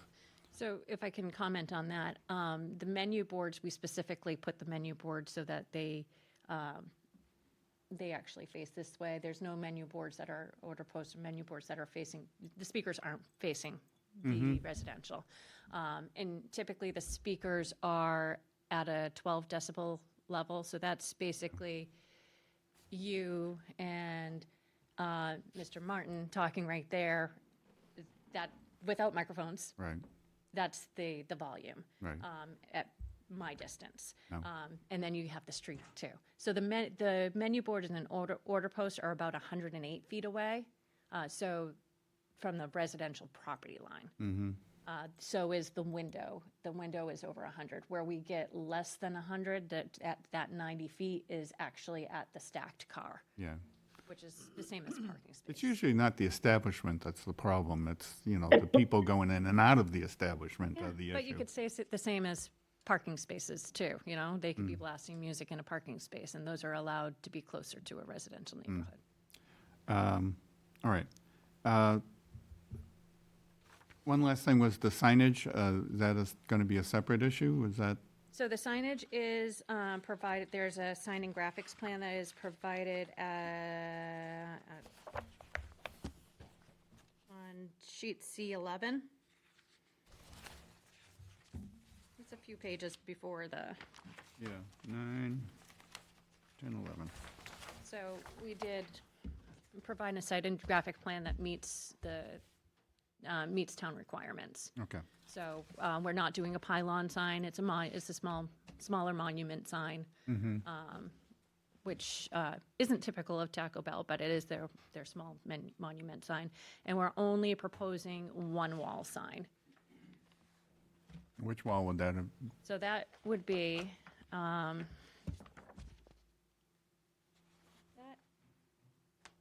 sorry. Are we proposing one or two? We're proposing two wall signs because that is allowed. It is on, Oh, I see. So B is the location of Yeah. sign B? yes. All right. So it would be these two sides here. So this faces the corner, this faces Station Ave. Mm-hmm. And those are conforming with the They bylaws? are. Okay. All right. I have nothing further. Thank you. John? Well, a lot of my questions have been addressed, especially in the traffic pattern, so thank you for that. But let's talk about parking. We've got 18 seats in the building, plus drive-throughs and mobile pickup. So my question is, how many folks pick up the food and eat it in the parking lot, in their car? Does that happen? Does anybody know? So I don't know. this is a common question, actually, when we go to planning boards and zoning boards for this. So I always have my cheat sheet on this. And usually Mark apologizes for not being here. He's actually on vacation with his wife. So, but 65% of the business is drive-through. 30% of their business is third party. So that means Grubhub, DoorDash, Uber Eats. They'd be using the mobile lane, and then there's one parking space for them right there. Doesn't mean somebody else can't park there, but, and then 5% is dining room orders, with 3% sitting and eating. They're really, since the pandemic, they're really seeing a decline in people eating in the dining room areas. So they've gone from, typical Taco Bells used to be 40 seats plus, and they've gone down to 20 seats and not for, this one's 18, but their dining rooms are not They're even getting half the full. food and leaving. They Or sitting in the parking lot and eating, right? I In other don't words, my see that question a is, lot. do we have enough parking? Yeah, I don't see them eating, I've been to them after construction too, just to monitor them afterwards, and you really don't see them eating. Okay. Usually they're eating in their car as they're driving. So you have no concerns about parking, you think it's No, adequate? I think it's adequate. And it does meet your bylaw. Yeah, right, no, yeah, That's I what know. we're providing. Just seems like so few parking spaces but, okay, that's all I have, thank you. Barbara? I had a concern about, maybe you can clarify, traffic coming out on Station Avenue. Are they going to be able to go and, north? Are they going to be able to make, coming out a left?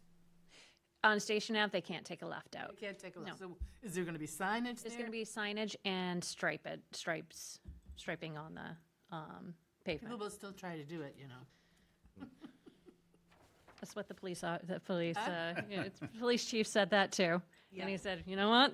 They do it on the other driveways too. Okay, yeah, that was my concern about patrons coming out onto Station Avenue and trying to make a left with the, you know, knowing you're right near a stop sign in a corner. I think Come whipping around. having that access to Old Town House Road, though, does help us because that is the easier path of resistance. People Well- are going to use the signal rather People than. take the hard way. Yeah, well, All there's right, no thank helping those people. That was my only They don't question. stop at Thank red you. lights either. Exactly. And- But at least we'll try to make it as Yeah. obvious as possible that it's not allowed. Okay. Okay, thank you.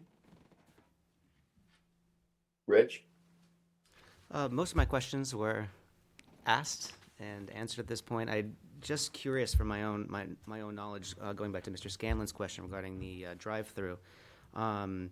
The decibel level at 12 dB, is that adjustable in the unit itself? I'm only asking because obviously at night sound travels more.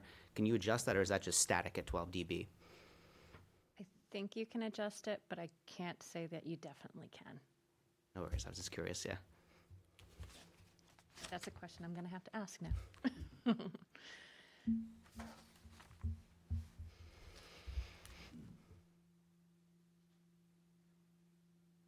Anything else, Rich? That's all.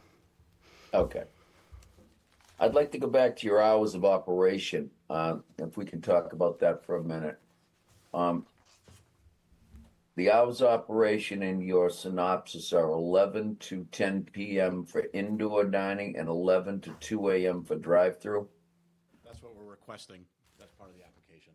I heard a comment that if we cut it back, then you'd cut your hours back earlier in the day. Is that what I'm hearing? So the 9 a.m. is for employees to come in. Their Taco Bells do not serve breakfast. Never will. It's especially with the Dunkin' Say that Donuts. again, please. So that 9 a.m. is for employees to come in. Yeah. The DDO Taco Bells will never serve breakfast. There's too much competition for breakfast. They don't make any money. So the dining room area in the drive-throughs would be 11. Right. So open to the public at 11 a.m. Yeah. And then, yes. Okay. And closing at I'm not aware of any, and I could be wrong. I'm not aware of any businesses in the town of Yarmouth that are open after midnight. Do you know of any? I don't. It's Wendy's Reason- at 12 a.m. 2 a.m. is late, eh? 12 a.m. I'm not aware of any. I believe the Wendy's is open till 12 a.m. Well, Wendy's? Yeah, I believe it's open till 12 a.m. according to the. Well, we'll check on that, but the town of Yarmouth frowns upon anything that's late night, okay, after midnight, and especially the type of stuff, and I know I like Taco Bell myself, okay? But if you're gonna have a sign that's advertising late night and you're advertising 2 a.m., what you're gonna do is draw people over the Bass River Bridge from the bars and every other bar to come over there and eat. That's gonna create a problem, in my opinion. So I would not be in favor of those hours going to 2 a.m. I could probably support 12 at the most. So it would be 11 a.m. to 12 p.m. that I could support. 12 a.m. 12 a.m. Okay. Would the chair and the board at least consider on Friday and Saturday night to 1 a.m. and 12 p.m. or 12 a.m. on any other night? Well, That's the worst case. I don't, I'm speaking for myself right now, but I just see 1 a.m. as a problem. All right. I mean, let's face it. Who's going out at 1 a.m. to go to Taco Bell? Someone who's been drinking, right? Can you tell me who's not or who else is?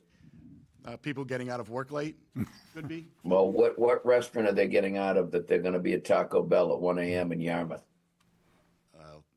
I couldn't tell you. That'd just be speculating on my part, Mr. Chair. Okay. So I'd have a problem beyond midnight. In terms of the turning on the in and out of Station Ave, what I'd like to see to prevent people from taking a left out of there is a raised curb in between the out and the in. That may present a problem since I'm taking a left from going north pulling in, but maybe you can make that entrance a little wider. But I want to make sure people coming out of there are not trying to cut across 3 lanes of traffic to take a left to go north. Is that something that we could do? So if you look at sheet VT1, vehicle Yeah. turn 1, it's towards the end of the package. That shows you our delivery truck radius. That's the reason why we don't have any medians in the center. Well, you could always, can't you bring your delivery truck in Old Town House Road? We can't make the turn into the site from Old Town House Road. Well, then how about that, this swishy curve that you have coming in? I know you don't want to expand that because then that kicks you into another section of the bylaw, I think. But what if we just cut that off to make sure your truck can make that turn? I mean, if we can Not- go wider with the driveway, I could probably. Wider with the in, not with the out. Yeah, but that's going to be, I mean, you can see the width there. You're still looking at that width. What we could possibly do is make it wider and have a mountable island in between. Well, he can It's drive just- over it. I've seen plenty of those Yeah. trucks do it. Yeah, so there would be no signage in the island because we'd need full capacity, and it would only be about 3 inches high.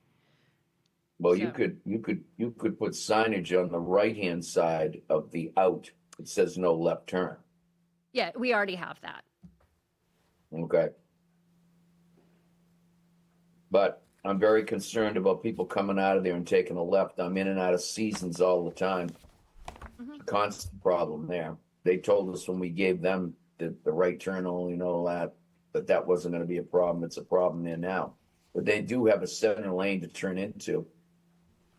And I will concede that driveway there is at the beginning of the center lane turn, so that does help you, people coming out of there. Right. But that is a problem crossing there.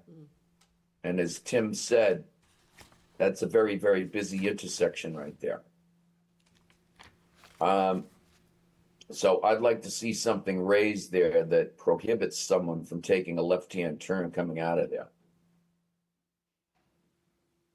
You can design it and let us know what, and come back and show us what it's gonna look like. But that's a real concern of mine.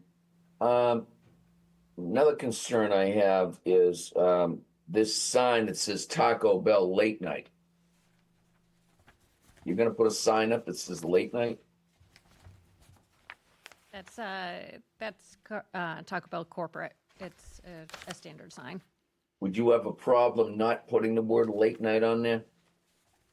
I think we'd have to go back to our client before I could commit to that. Okay, I well, think we need to talk to Taco Bell corporate. Right. I don't Okay. think I can make All that right. decision for. That'd be above my pay grade. Yep. And I Now- do want to go back to the driveway too. I Yeah. do want to, if we make this driveway bigger, one, I don't think we can because of our turning, our radius along the curb line is going to go across our butter, which isn't allowed. So, and it's getting our driveway closer to the abutter, and we can't enlarge the driveway close into our site because then we're impacting parking spaces. So we are kind of a little bit constrained on this lot. oh, yeah, I agree. How many employees do you have on at once? So let me see if they put it on the cheat sheet, but I can tell you it's, typically it's maybe 4 employees, 3 or 4. Yeah, I don't have that on the cheat sheet from him. So we do have 3 parking spaces in the back, and those were intentionally put in the back for the employees. But you can't tell us how many employees you have on at once? It's 3 to 4. Okay, and what are the shifts that they work? Do you know that? No, it probably varies from store to store, given the amount of peaks that they have. What do you anticipate the peak of this store to be? What time of day? Typically, the peak is around 6 o'clock for the drive-through. I think that's when we have done a specific drive-through queue study for Taco Bells, and specifically DDO Taco Bells, and that peak is around 6 p.m. So you don't think this place on a Saturday with all the kids are gonna be drawing people in? You wouldn't call that a That's peak another time? peak, but you asked me what the peak was. So if you're talking about a lesser peak, it's going to be Saturday, but the Okay. biggest peak is around 6 p.m. And your demographic, what's your demographic of the age group that eats in your restaurants? The majority. I mean, it's anywhere from families to teenagers, and I mean, we do have the high school down the street, so probably Say the that same a demographic that large is in portion Wendy's. of your customers are gonna be young people? So it's probably the same as Wendy's up the street. So whatever you're seeing in Wendy's, you're going to see at Taco Bell. So, and that's a good one okay. to kind of go by too, as far as they, access and traffic and all that. Do you know what that Wendy's average sale price point for one person? No. What's your price I had Wendy's point per today, person? Sean. It was $13 for a combo meal. Okay, what's your price point, ma'am?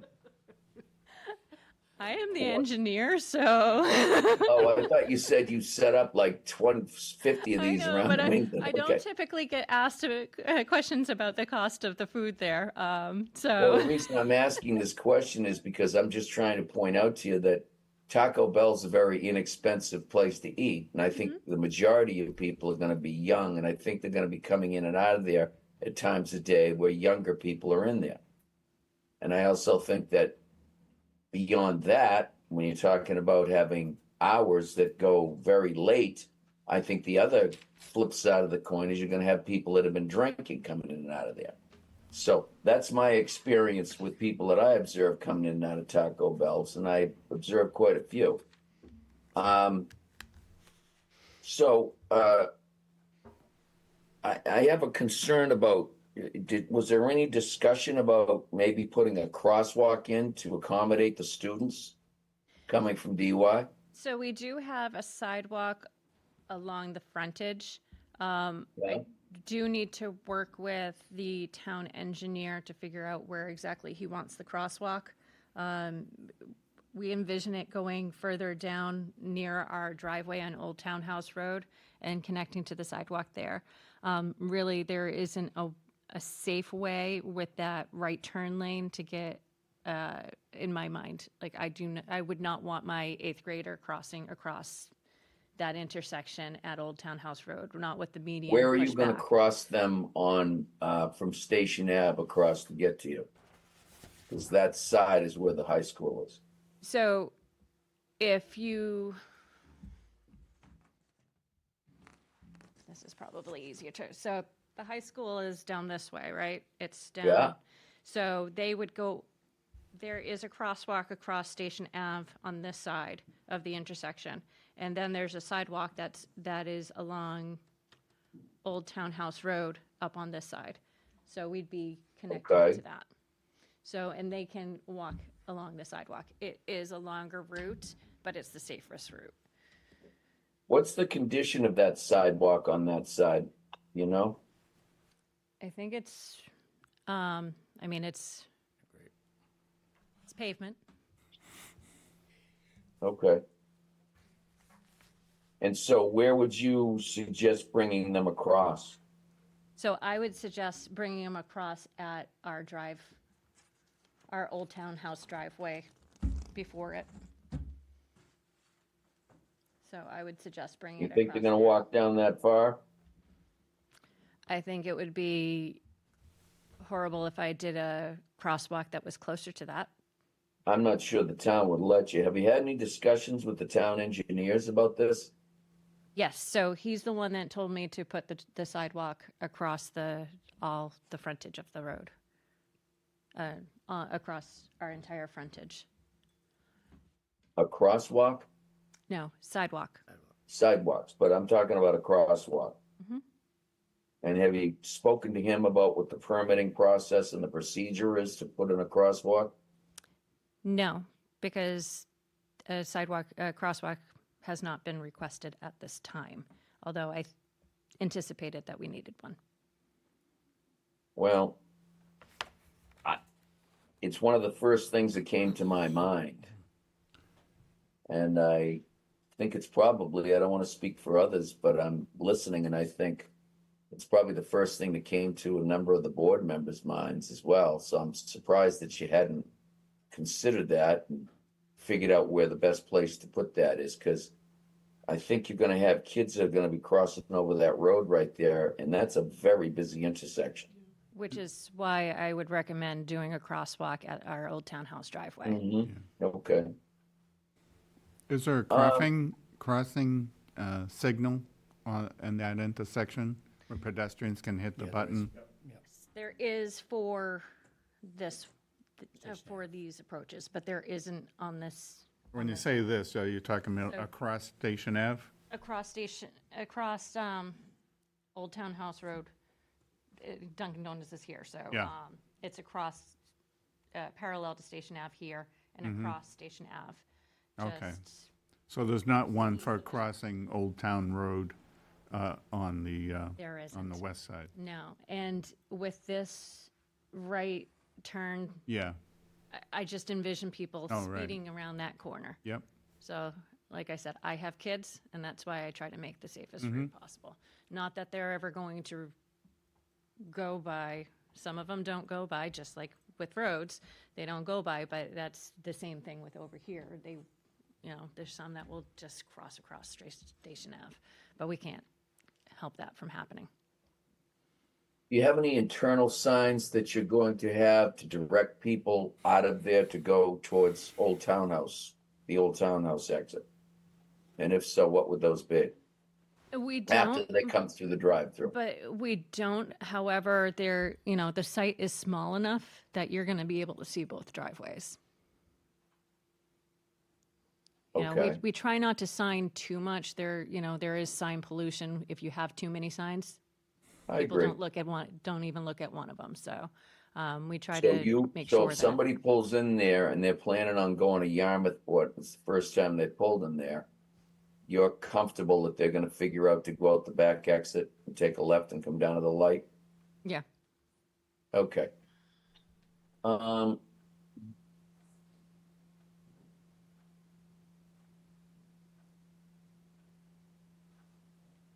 Well, I think I really like the idea of improving the site. But I do have these concerns about the congestion and the traffic and the ability for you to control who goes in and goes out. I think what you're proposing to us is not workable on the in and out on Station Ave. And I don't think you have enough, well, you may have enough internal parking spaces because I don't think many people go into Taco Bell and sit and eat. I think it's pretty much takeout and they're gone, but some people probably do. But if you do on a busy summer day and you got 3 or 4 employees that are taking up half your spaces and you only have 4 left, people are going to be parking anywhere and walking in front of cars, aren't they? I do want to point out that this does meet the regulation on parking spaces. I think it's sufficient for this use. So, I mean, I don't think I can say anything more than that. That is going to change your mind. Well, I'm just throwing this out there, whether you had thought that through and whether there's any more room to put anything. So, I mean, you're There you're isn't- taking up every bit of the site. Yeah, there isn't any more room, but I could tell you if there was, I mean, there are parking spaces, there's room in front of the dumpsters for employees to park. So if it does become a problem, they could actually park a couple of cars and employee cars in front of those dumpsters. And then that would be, get them out of the way if they need it. I don't necessarily believe that they would need it. Okay, okay.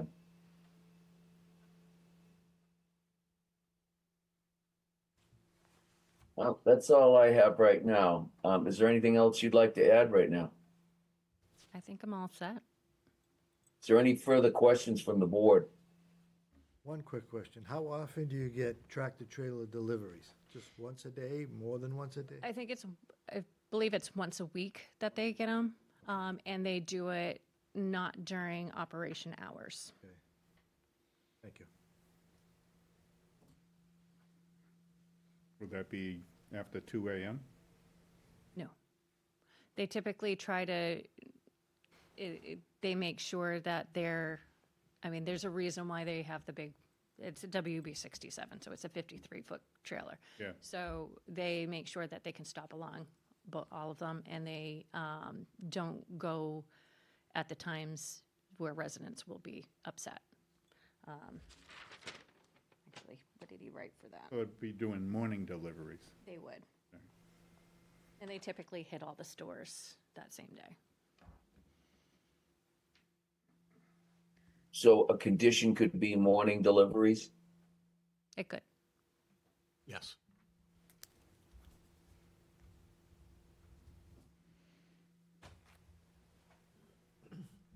Okay. All right, anything else you'd like to add, Council?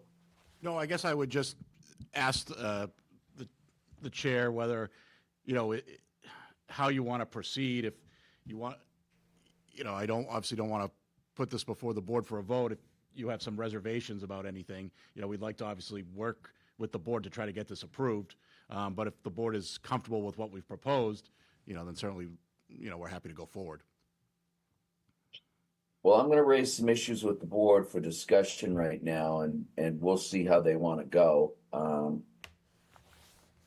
I just, again, I've expressed my concerns about your hours of operation, about whether people are going to pay any attention to the left-hand turn coming out of the Station Ave exit, a crosswalk, the number of parking spaces, and your signage, okay, with the term late night on it.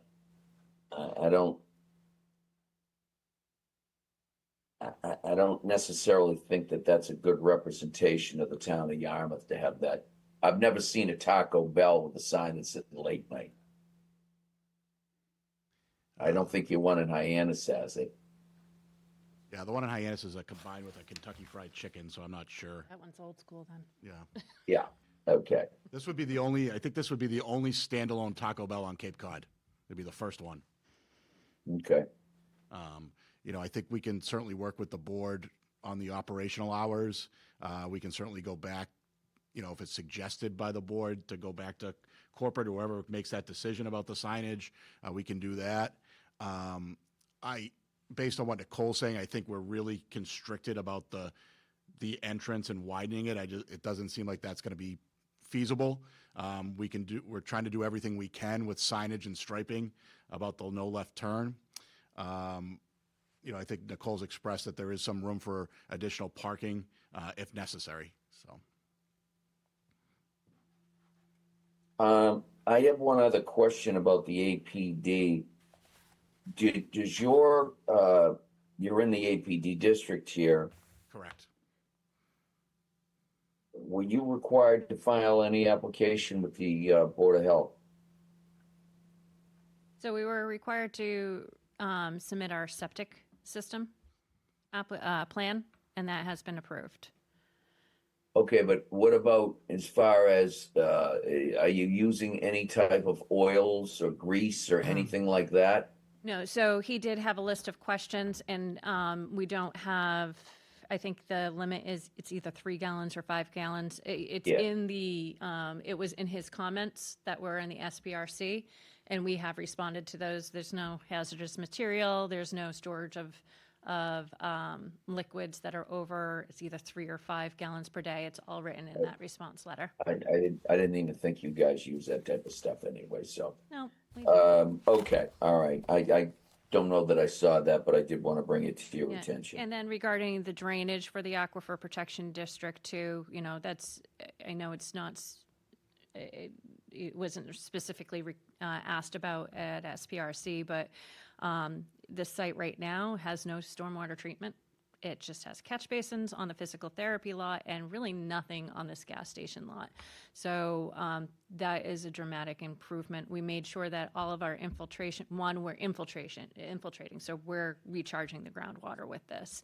We're adding pervious, over 7,000 square feet of pervious material, which again, that recharges the groundwater. But our underground infiltration system gives you direct access, and that is pre-treated and treated into the groundwater, which does not exist today. So that is a big additive to the site too, with removing that gas station site and having a repair place that is just sheet flowing into your town's drainage.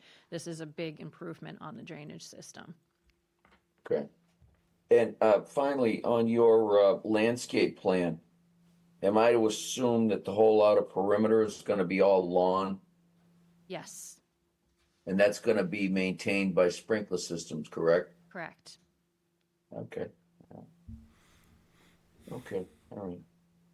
All right, that's all I have. If there's nothing else you want to add, is there anyone in the audience that wishes to speak in favor of this petition? There's no one, Mr. Chairman. Is there anyone in the audience that wishes to speak in opposition to this petition? There's no one, Mr. Chairman. We have anybody raising their hands? No, sir. Okay, then we're going to close this to the public, begin board deliberation. I'm just going to start off here and just reiterate some of the concerns that I have. I think it's going to be very difficult to control the turning lane going out onto Station Ave from preventing people from going north. I think the only way to do that is to have some type of a raised berm there. I hear the concern of the petitioner. I don't know how we address that. I suppose if we wanted to allow them to do what they're doing right now, we could have a 1-year review, which I would suggest that if we are inclined to approve this petition, that we do a 1-year review, and if necessary, impose further conditions on this if it becomes apparent that there's a traffic problem. If I may interrupt, Mr. Chair, the applicant would be supportive of that type of condition. Okay. I don't like the idea of the hours of operation. I don't think we should allow anything past midnight. The town of Yarmouth has gone a great distance and great length to prevent people from coming into Yarmouth late night who have been drinking. All right, Yarmouth used to be the nightclub capital of the world. You do not find nightclubs, you do not find people that are drawn into Yarmouth who have been drinking at night. I can assure you that I think the police department would support that idea of not having a 2 a.m. close for this business. I don't like the idea of putting the term late night on a sign. I think it cheapens the town, and I also think it suggests to them that they can come in here late night and get something. I do think we need to do something about a crosswalk. I would have thought that the petitioner would have gone to the town engineering department, given it was on site plan review comment sheet, and had addressed that before. I did speak with the town engineers, and there is a process that they have to go through. I'm not sure how long it takes or what the actual process is, but I think that should be investigated, and probably the only place to put the crosswalk is where the petitioner is suggesting to put it, and that would be down Old Townhouse. I don't think putting it anywhere on Station Ave would be feasible or suggestive. I think it would be dangerous for both drivers and pedestrians. They said that they're not gonna have breakfast. I question the parking here. I think parking's gonna be an issue, especially in season. People are gonna be pulling in and out of there, especially when they come off the highway. If they're pulling into Yarmouth in the middle of the summertime, they're gonna go, oh, look, there's Taco Bell, pull in there, we got the kids. It's a cheap place to feed everybody. And so they're gonna be busy at peak times. So I think we should be very cognizant of the traffic that goes in and out of there. And I think we should do our best to try to control this. So I will wait and listen for others. Dick, what are your thoughts? Yeah, I would agree with most of them. I think I don't like the late night signage or the after midnight operations as well. I think other restaurants have wanted to have that, and we haven't allowed them to in the past, so I don't think it makes much sense in doing that now.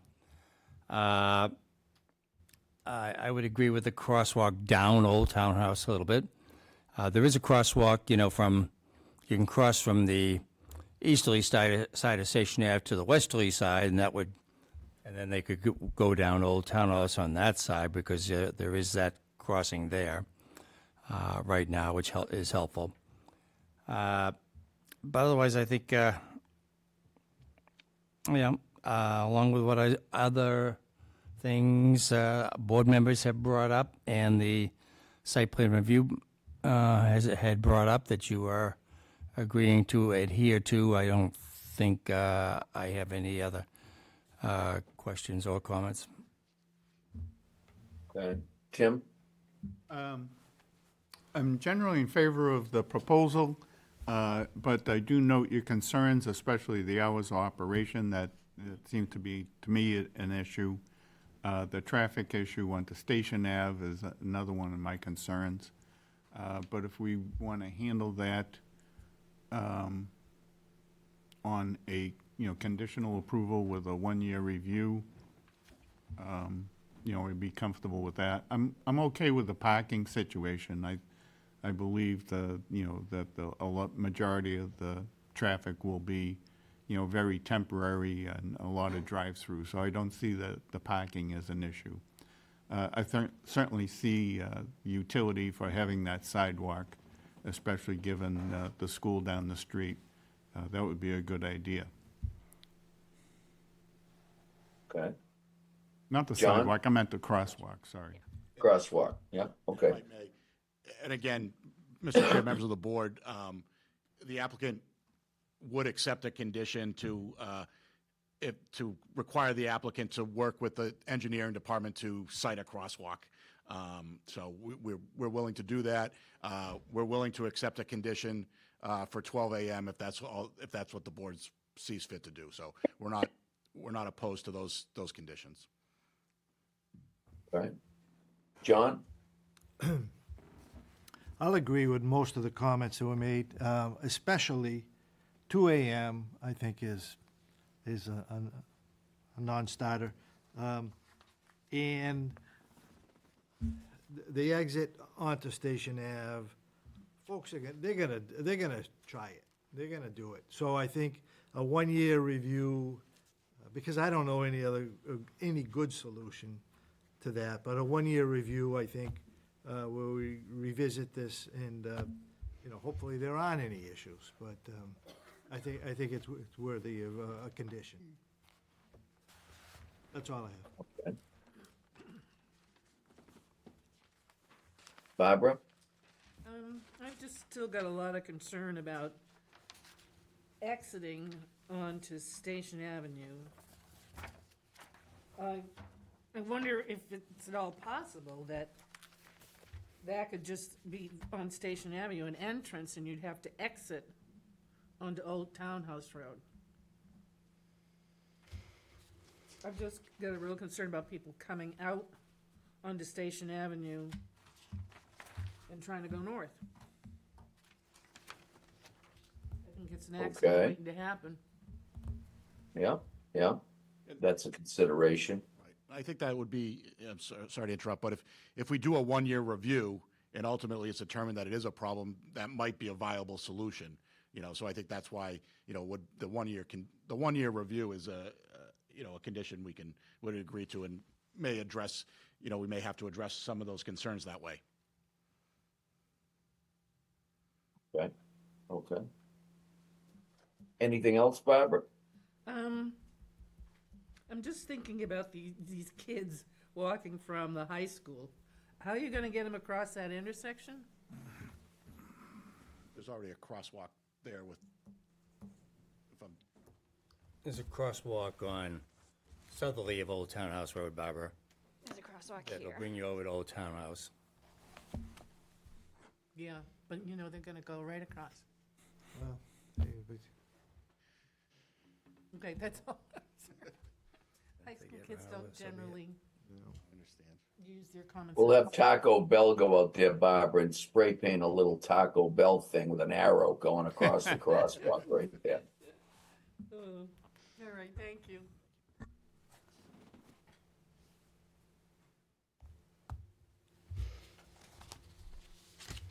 Is it me? You too. Rich? You want to say the last name one more time? Practice. There's nothing- Schwarzbier? There we go. Yeah, everything's been said. I echo a lot of the board statements for the 1 year review. But this is really meaningful development. I commend that. It continues a long-standing commercial use of the site. And on the stormwater, the report shows clear improvement for existing conditions, reduced impervious area, full infiltration, compliance with state standards. So I think it's a great thing for the town if we can just get these points in line. So awesome work. Thank you. And if the board were to condition on no late night on the sign, then I think that will make us, It'll be easier. it'll be easier to go back to corporate and tell them that this is the way it has to be done. So if that's, we're not opposed to the board, making that condition if that helps us get over the finish line. Okay. Anyone else have any further comments? Well, I would propose that somebody make a motion that we approve the special permit as requested. The relief that on all, we don't have to take up each section of the bylaw. We can state that the petitioner has met the criteria of the bylaw underneath the sections that they have requested relief, and will grant them special permit conditioned upon the hours of operation be 11 a.m. to 12 a.m. And why don't we, I think, well, I'd like to do 10 p.m. during the week, but we could talk about that. I think they're going to close anyway because there's not going to be any business during the week. So I think corporate requires the Taco Bell to be open till 12 a.m. So That would be a deal breaker. that would be a deal breaker. okay, so well, why don't we do 11 a.m. to 12 a.m. There'll be no breakfast service. The signage shall not show late night on their signage. That they'll have a no left turn coming out of the exit to Station Ave. Subject to a 1 year review. Yep, subject to a 1 year review. They will get with the engineering department and devise hopefully a crosswalk, and I think the town will work with them and get them a crosswalk, which I think our suggestion would be along Old Townhouse Road. I think we should weigh in on that because I don't want to see it really anywhere else, and I don't think they're going to do it anyway. But as proposed by the petitioner, and I tend to agree with what the engineer says. And I mean, the employee parking is the employee parking. I mean, we can take a look at that after 1 year as well. And all the other representations made that, they're going to have their landscape plans as presented on plans. with sod and plantings and irrigation systems and as represented. Did I leave anything out? Along with the retention of the existing trees if possible. If possible. Yep. Did we cover everything? I think so. Yeah. Is anybody prepared to move on those conditions? So moved. Second. Do I have a second? Second. Do we have any further discussion? Mr. Chairman, I think the only other condition you had mentioned was morning deliveries. Right, morning deliveries. I think they're gonna do that anyway, yeah, but morning deliveries. And the only thing that I did want to add before we take a vote is I agree that this is a vast improvement of the site. We certainly welcome Taco Bell to the town of Yarmouth. They'll be a great addition. Everybody loves Taco Bell. What you're planning there is very tastefully done. It's going to clean up that corner and improve that site. It's going to be a great redevelopment of that corner. And we only want you to have the best of luck and the best of business and to be a good neighbor and the townspeople to be good customers of yours. Appreciate that. And we hope everything goes smooth. Thank you. So with that, we'll have the 1-year review. Any further discussion? Hearing none. Rich, how do you vote? It's an aye. Barbara?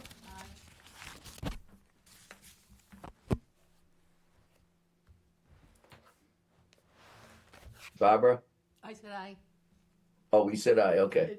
John? Aye. Tim? Aye. Dick? Aye. And I'm an aye as well. So that passes unanimously. Council, you're aware that 20 days must elapse once the decision is clocked with the town clerk. Yes. Are you planning on presenting a draft decision for our review? I certainly can do that, Mr. Chair. My son is on. Why don't you do that? That'd be great. And if you could just email that into Dolores, and I'll take a look at it. And if it needs any touch-ups, I'll give you a call. Okay, sounds like a plan. All right. Thank you very much for your presentation, and we wish you the best. Thank you, everybody. Appreciate your time. We're going to take a 5-minute intermission here. Intermission. The board will stand in recess for 5 minutes. And you have to update your cheat sheet, too. You never know what questions you'll get. Thank you again. Thank you. I don't get stumped often, so, you know. Those questions stump me some.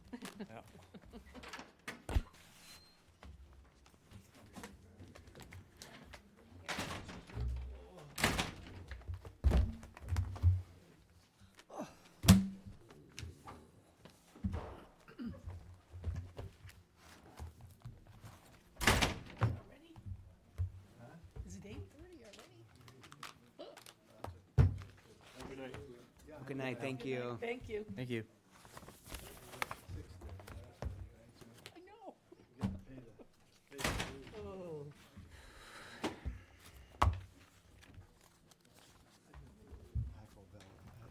I've never been on here. Every high school kid is gonna just thank us. Yeah, I mean, yeah, it's, It's affordable. well, you know, I have Affordable. a 2.5-year-old, so I'm thinking like, Just wait. that helped you out on that one. Yeah. Night tonight. I know. Yeah, if my son lives with me, I had to go home and say, no Taco Bell. Yeah, I know where you're hanging out, yeah.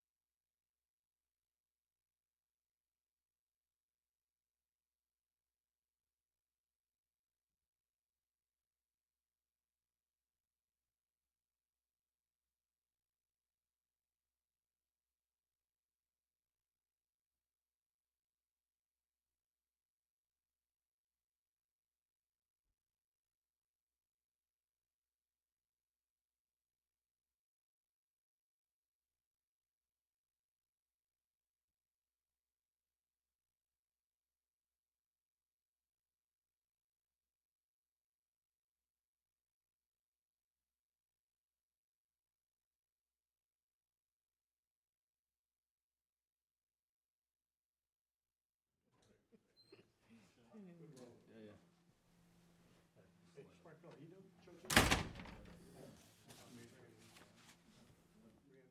be by the board. I'm Vanna White tonight.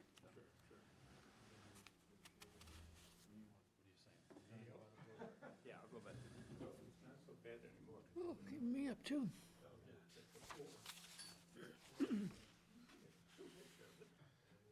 Les Campbell was one of them. Oh, my God. On the planning board, this board. He was the chairman. The guy used to. Both hands on the oil compressor. Sleep in the back. We'll have to take the late night. Still up in,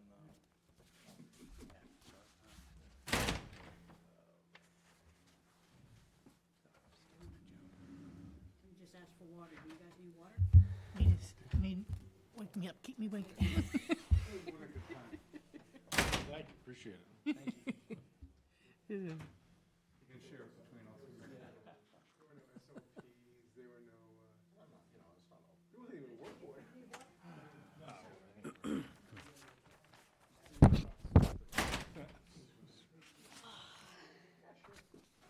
You awake now?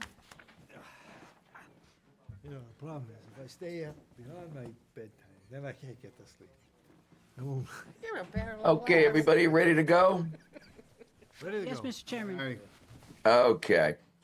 All right, we have our last petition tonight. That's petition 5225, Boston Gas Company doing business as National Grid.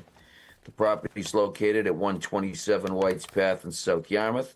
It's in a B3 and APD zoning district. Excuse me. The applicant seeks a special permit per 104.3.2 subsection 3 and/or section 202.5 use F8 and/or section 406 to raise and replace a non-conforming structure, an existing LNG storage tank with a new full containment LNG storage tank and/or a variance from section 203.4.2 for a proposed tank height 100 feet above grade. Good evening. Could you identify yourselves for the record, please? Good evening, Mr. Chairman and members of the board. My name is Mark Riley, Assistant General Counsel at National Grid. Go ahead. Brendan Maloney, I'll be the project manager on the project, National Grid. Matt O'Brien, I'm the project engagement public affairs specialist for the project. Good evening. Good evening. Could you proceed? Yes, thank you. So as you mentioned, Boston Gas is proposing to replace its existing LNG tank. And we have some visuals for you with a new full containment tank. This tank is used to provide what we call peak service. During the coldest day of the winter, it's available to provide reliable heating. So it's a critical piece of infrastructure. The need for the project is pretty straightforward. We regularly do asset condition assessments, and recently those came back with a recommendation from the consultants as well as the manufacturer that we should begin the process of replacing the tank. So we have already been before we initiated site plan review, responded to those comments. Just today I got an email saying that staff was recommending an approval there. We just needed to pay a fee. We have a stormwater permit from the Concom. We made a presentation to the select board, just introducing them to the project and seeing if they had any issues. That's the only other permitting needed for this project. There's no other environmental permits required. So it's our last stop. The approvals, as was mentioned, don't need to go through them again. The special permit piece is maybe worth a little discussion because there's sort of three varieties here. There's the replacement of a non-conforming structure, and when this was built, the original tank was built in 1973. Prior to construction, the predecessor company applied for and received from the Department of Public Utilities zoning exemptions. So when it was built, it didn't receive any local approvals, which one could construe as now being non-conforming. So since we're raising and replacing that under 10432, that would require a special permit. So that's sort of one variety of special permit. Also, Commissioner Grills, in his letter determination last May, referenced just the zoning table, F8, use F8, which is public utilities, which require a special permit in this district. Company doesn't believe that that's really a good fit here because we're not establishing a new use. We're just replacing a component of the plant, basically. So the last one is the Aquifer Protection District. So if you're not in the list of uses, which we're not, then you get whatever permits you need, you would otherwise normally need. And in this instance, like I just mentioned, the table of uses, public utility F8 requires a special permit. I'd also note that that bylaw was enacted after the construction of the tank, so one could argue that that's another reason why it's a non-conforming structure. And so that also just kicks us back into that type of special permit. Anyway, it's a special permit. The height variance as well, so we have, we phrased it as approximately 100 feet, and I just want to explain that real quick. We're currently receiving bids for what we call EPC contractors, engineering, procurement, construction. So the design is not finalized yet.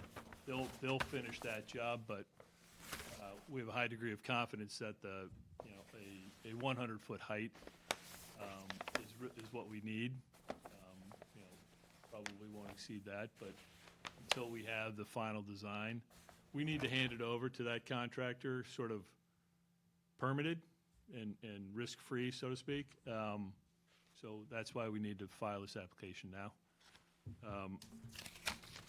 The other point on the height is that there will be some appurtenances above the tank. There's a staircase which will have a platform at the top by the dome, lightning rod, things like that. And we did not include those in the calculation to be consistent with how your bylaw treats those types of things on other buildings. You have those things like chimneys and spires and towers are not included in a height calculation. So we have an extensive statement in support, and I don't want to repeat that, but I do want to touch on, summarize some highlights that I think are important to mention. So with respect to the special permit, again, we're not establishing a new use. We're replacing an existing tank. The facility and the tank have been kind of part of this neighborhood for over 50 years. We're not going to increase demand for municipal services. It will not create any emissions, light impacts, noise impacts, anything like that during operation. It's essentially, it's a taller tank, but it's essentially just moving it to a different location on the property. So we don't anticipate any substantial increase or nuisance or anything like that in the neighborhood or beyond, quite frankly. It seems pretty clear that strict enforcement of the bylaw or the denial is a major hardship, not only for the company but for the customers. Again, this serves 130,000 customers on Cape Cod. And given the asset condition and the need to replace it, we really don't have any other choice. Similarly with the height variance, the height we landed on is a component of a couple of different factors that sort of play together. One is that, and maybe you can show that while they're together.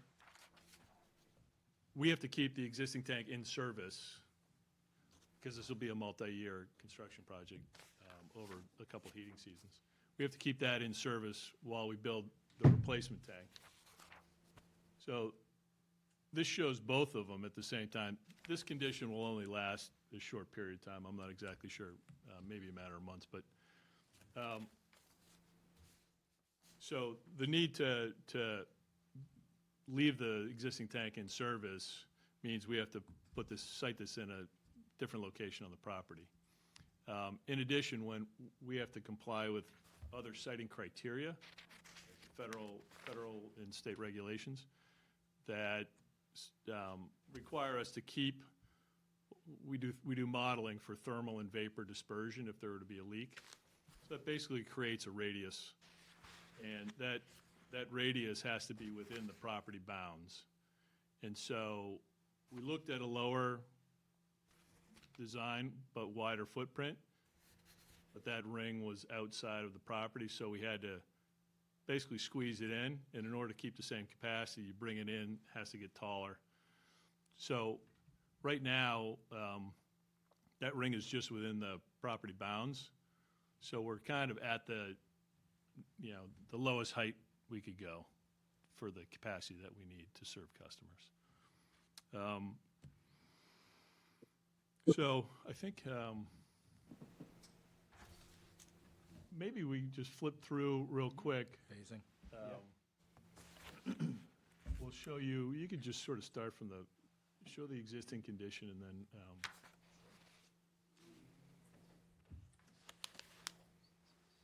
yeah, so that's the existing tank.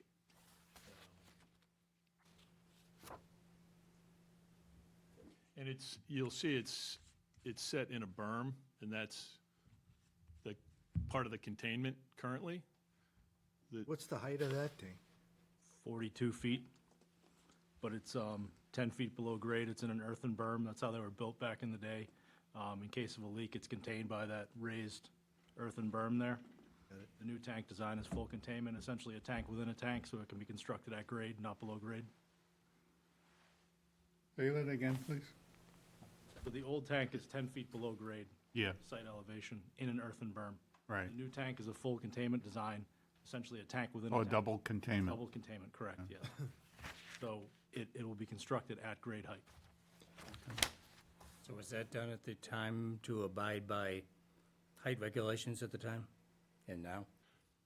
No, that was for, in the event of a leak, it's a containment mechanism. It's sort of a safety issue. But right now, you're actually at around 35 feet above grade, right? At 32. On that one. 42. Yeah. Yeah, but 42, 10 feet below But going grade. down 10 feet in the ground. I think that's including, right? Yeah, so sorry, Oh, it's it is. 52 overall, 42 Okay. currently, yeah. All right. And so this is I don't think I mentioned it, but this is the existing tank is approximately 2.1 million gallons of storage. And the new tank will reduce that by approximately 20%, so it'll be 1.7. So it'll be a significantly lower capacity. We've studied that and determined that that's sufficient to meet the need. But it will be narrower and taller to comply with, you know, current regulations that didn't apply back then.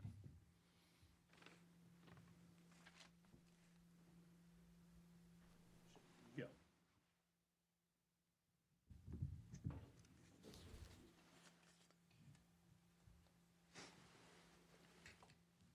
So you can see how it's shifted. There will be some tree clearing.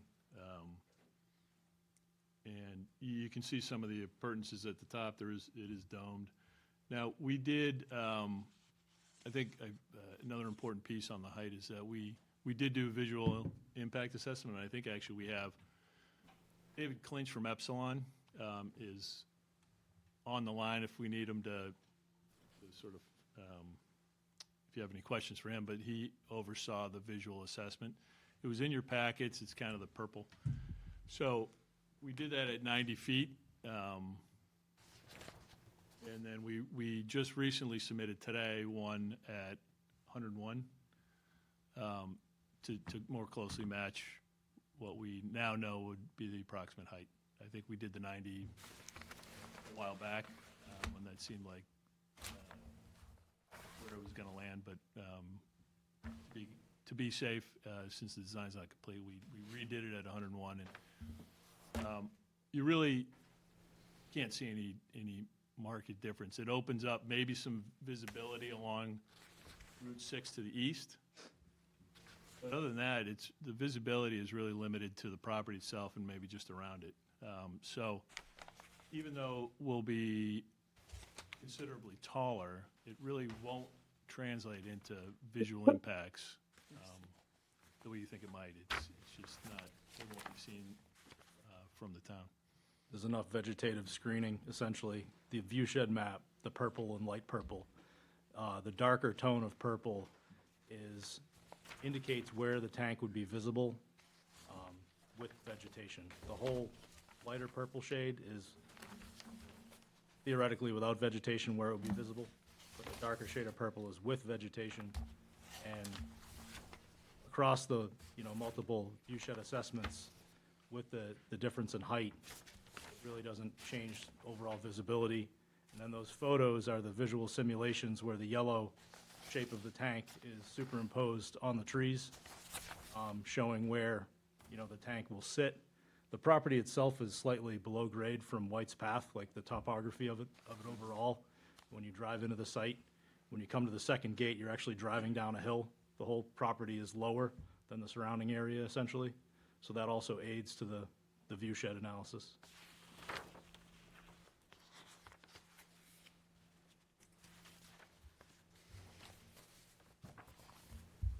gonna show the phasing.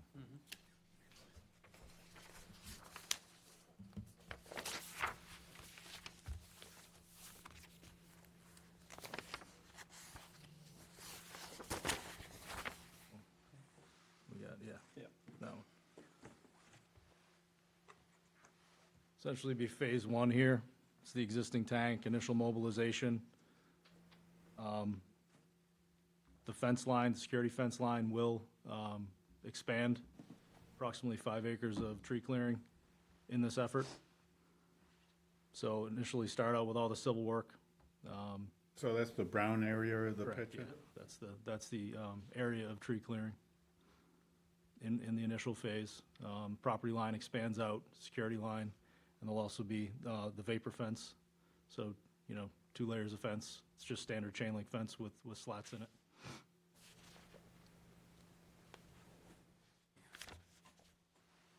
And then again, 2-tank operation, short duration, while the new asset is commissioned, and the old tank will be decommissioned. And then transition towards the new tank and service standalone, integrated into the existing facility.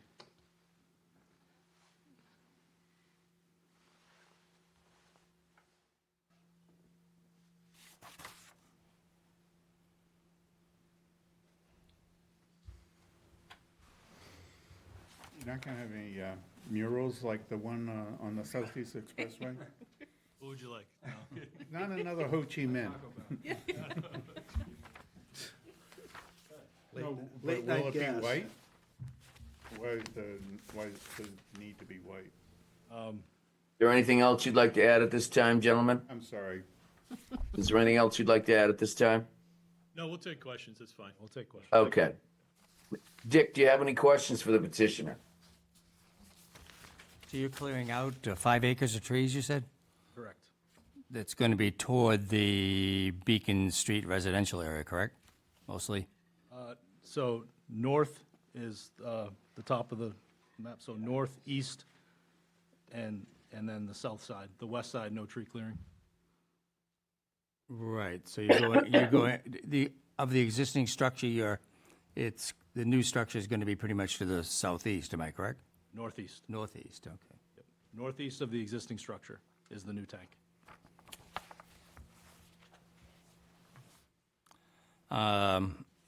I know it's necessary. I agree with it's having to be done. I'm still sitting over here pondering 100 feet. And I can't, to be honest with you, I don't believe these visualizations. I think 100 feet, it's going to be showing up more than what I'm seeing on these visualizations. I just can't see it not showing up. You know, you're looking at 25-foot tall trees. How can it not show up? But that's a comment, not a question. Go ahead. Oh, I'm done. Tim, do you have any questions for the petitioner? Yeah, just returning, does it have to be white? Preferably white due to temperature. To refract any sunlight temperature? Solar. How is the gas delivered to the tank? Via trucks. Currently, that's how all of our facilities operate. It's cryogenic trucks, deliveries through the course of the summertime to fill the tank to prepare for the winter heating season. And then it's dispersed through the gas lines to the customers? Correct. It's vaporized on site, transitioned from the liquid form to gas form, and then it goes out into the pipeline from the facility. And so because, now this is a double containment tank, so does that eliminate the need for outer berm? Correct. All right. If there is a leak, what is the evaporation? You know, how long does it take the LNG to transfer into a liquid state? It flashes to a gas at minus 240 degrees Fahrenheit. I can't speak on behalf of the rate. It depends on the size of the leak. That's why we have vapor dispersion modeling that's been done. Worst case scenario, essentially. And the site will meet the standards federally to deal with an incident such as that. All right, so, I mean, once it gets to an ambient temperature, it's going to go into a gaseous form? Correct. And so the regulations that you're working on in terms of the tank design, is that from the U.S. Department of Energy or the Massachusetts Department of Energy? Complying with both state, the DPU, and federal PHMSA regs.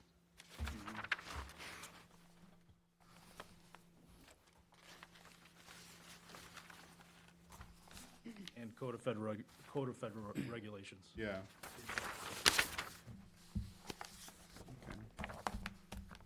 Okay. Just going back to the visualizations, you were mentioning these maps here, the different, the purple areas are where the tank would be visible? Top of the tank is theoretically visible from the darker purple, so on Route 6 to the east over by the Bass River Crossing. Yeah. You can see that darker shade there. And then immediately around, there's pockets of visibility around the property. So he used the light purple as if there was no ground cover. Okay. No vegetation, it's the light purple. Is current conditions, basically, the normal.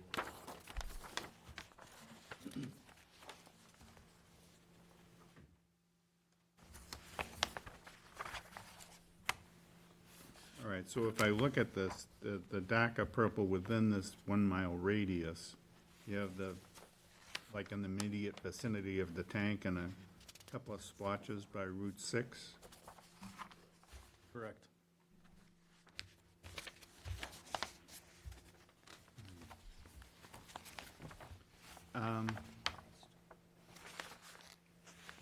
So basically, this tank is going to be double the size of the existing one, right?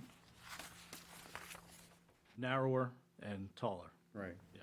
Would it be half as narrow in the base in terms of the cylinder? I mean, the volume of the two cylinders is going to be somewhat, the volume of the new tank is going to be somewhat less. So the diameter of the existing tank, is that twice as wide as the volume of as the base of the diameter of the new tank? The diameter is 101, I think, of the existing, and the diameter of the new is 86, so it's not an exact clean equation. I mean, it's just a function, so the diameter of the existing is 106, and the new tank proposed is a diameter of 86. Okay. So it's not a clean, All right. 50/50. And so this tank is now going to be put out for bid, but we don't know exactly what the dimensions are going to be. we know the location due to our vapor dispersion models, and the location also dictates the size of the tank. Yeah. So the vendors basically have to adhere to our proposed specifications in our front-end engineering design, which we have now, in our bid package that the bidders are currently, And that's a custom engineering project? Yeah, there's only a select number of vendors on, in the country, let alone the world, that are capable of performing this work. So we have to engage them early. Yeah. And have a clear, essentially a clear, regulatory runway for them to mobilize. Yeah. Their time is valuable. There's competing projects on the Gulf Coast constructing facilities such as this. So we have to make sure that they mobilize with minimal risk, like Mr. Riley said. So that's kind of why we're here with, with this application. All right. And how long do you see it from start to finish? Right now, proposed mobilization is spring of 2027, and construction complete is 2031. Our internal process has us, project closeout is in 2032 calendar year. But on-site, it's about a, 2-year execution. Okay, I have no further questions, thank you. Okay, John, do you have any questions for the petitioner? No questions. Thank you. Barbara, do you have any questions for the petitioner?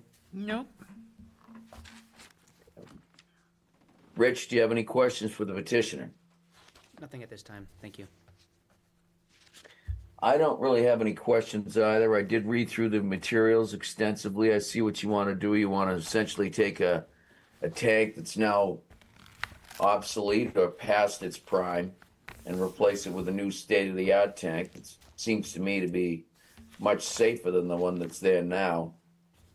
In terms of the visual impact, I would tend to agree that I think it's going to be minimal, because I think the sight line that you're going to have to look at it, I'm not sure where you're going to see it. You might be able to see it from Station Ave looking up the bike path.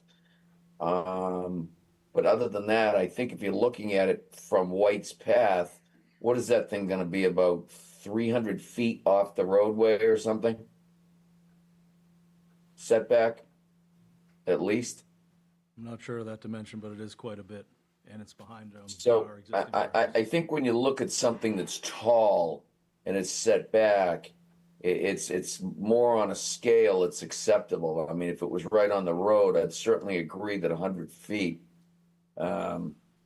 obviously we had issues with the cell tower that was approved on Route 28, but that was right on the roadway. But I don't really have any questions. Again, I've read through your materials. It looks like a necessary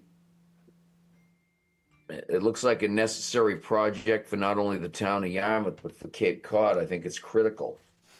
And if what you're saying, you got to get in line to get these things built, I think the sooner the better. It looks like all of the safeguards that you need in place as far as safety systems, alarms, sensors, suppression systems, stormwater, containment, all of that has been addressed. I don't know if the board has any questions relative to those. But other than that, I do not have any further questions. Is there anyone in the audience that wishes to speak in favor of this petition? There's no one, Mr. Chairman. Anyone in the audience that wishes to speak in opposition to this petition? There is no one, Mr. Chairman. Do we have anyone raising their hands? No, sir. Okay. Does the board have any further questions? No. Okay. Does the petitioner wish to insert anything into the discussion before we close the hearing? No, we're all set, thank you. Okay. So we're going to close the hearing to the public, begin it for board deliberation. Anybody want to begin to make to have a discussion, or is anyone prepared to make a motion? Actually, I have one other question first. Has any consideration been given to lowering the height? even if the tank's a little bit bigger overall, or as big. Diameter-wise. In other words, could the height get down to 75 feet, for instance, if it's a little bit larger on the footprint?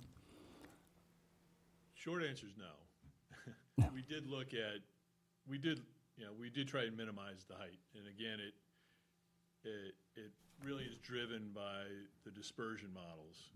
We have to keep that radius ring within the property bounds. So we're, if you see it, it's Right. almost right at the edge. So widening the base pushes those rings out and extends beyond the property bounds. So we're kind of, at the necessary height, the lowest necessary height. Okay.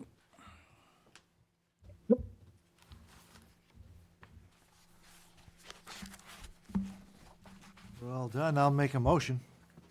Okay, I'll make a motion to approve the petition as requested. with no conditions?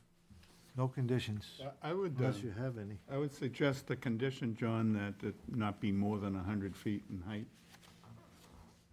If that's all right, is that consistent with your? Yeah. Yep, Can the petitioner fine. live with that condition? absolutely. Oh, Okay. I just want to make sure if they come in and it's 101 or 102, I just detected a little bit of variation in that height, okay? Okay. All right, so we could have that condition in there. I have a question for the petitioner's counsel. Do you think we can do this all on a special permit? Or do you think you need a variance for the height of that tank?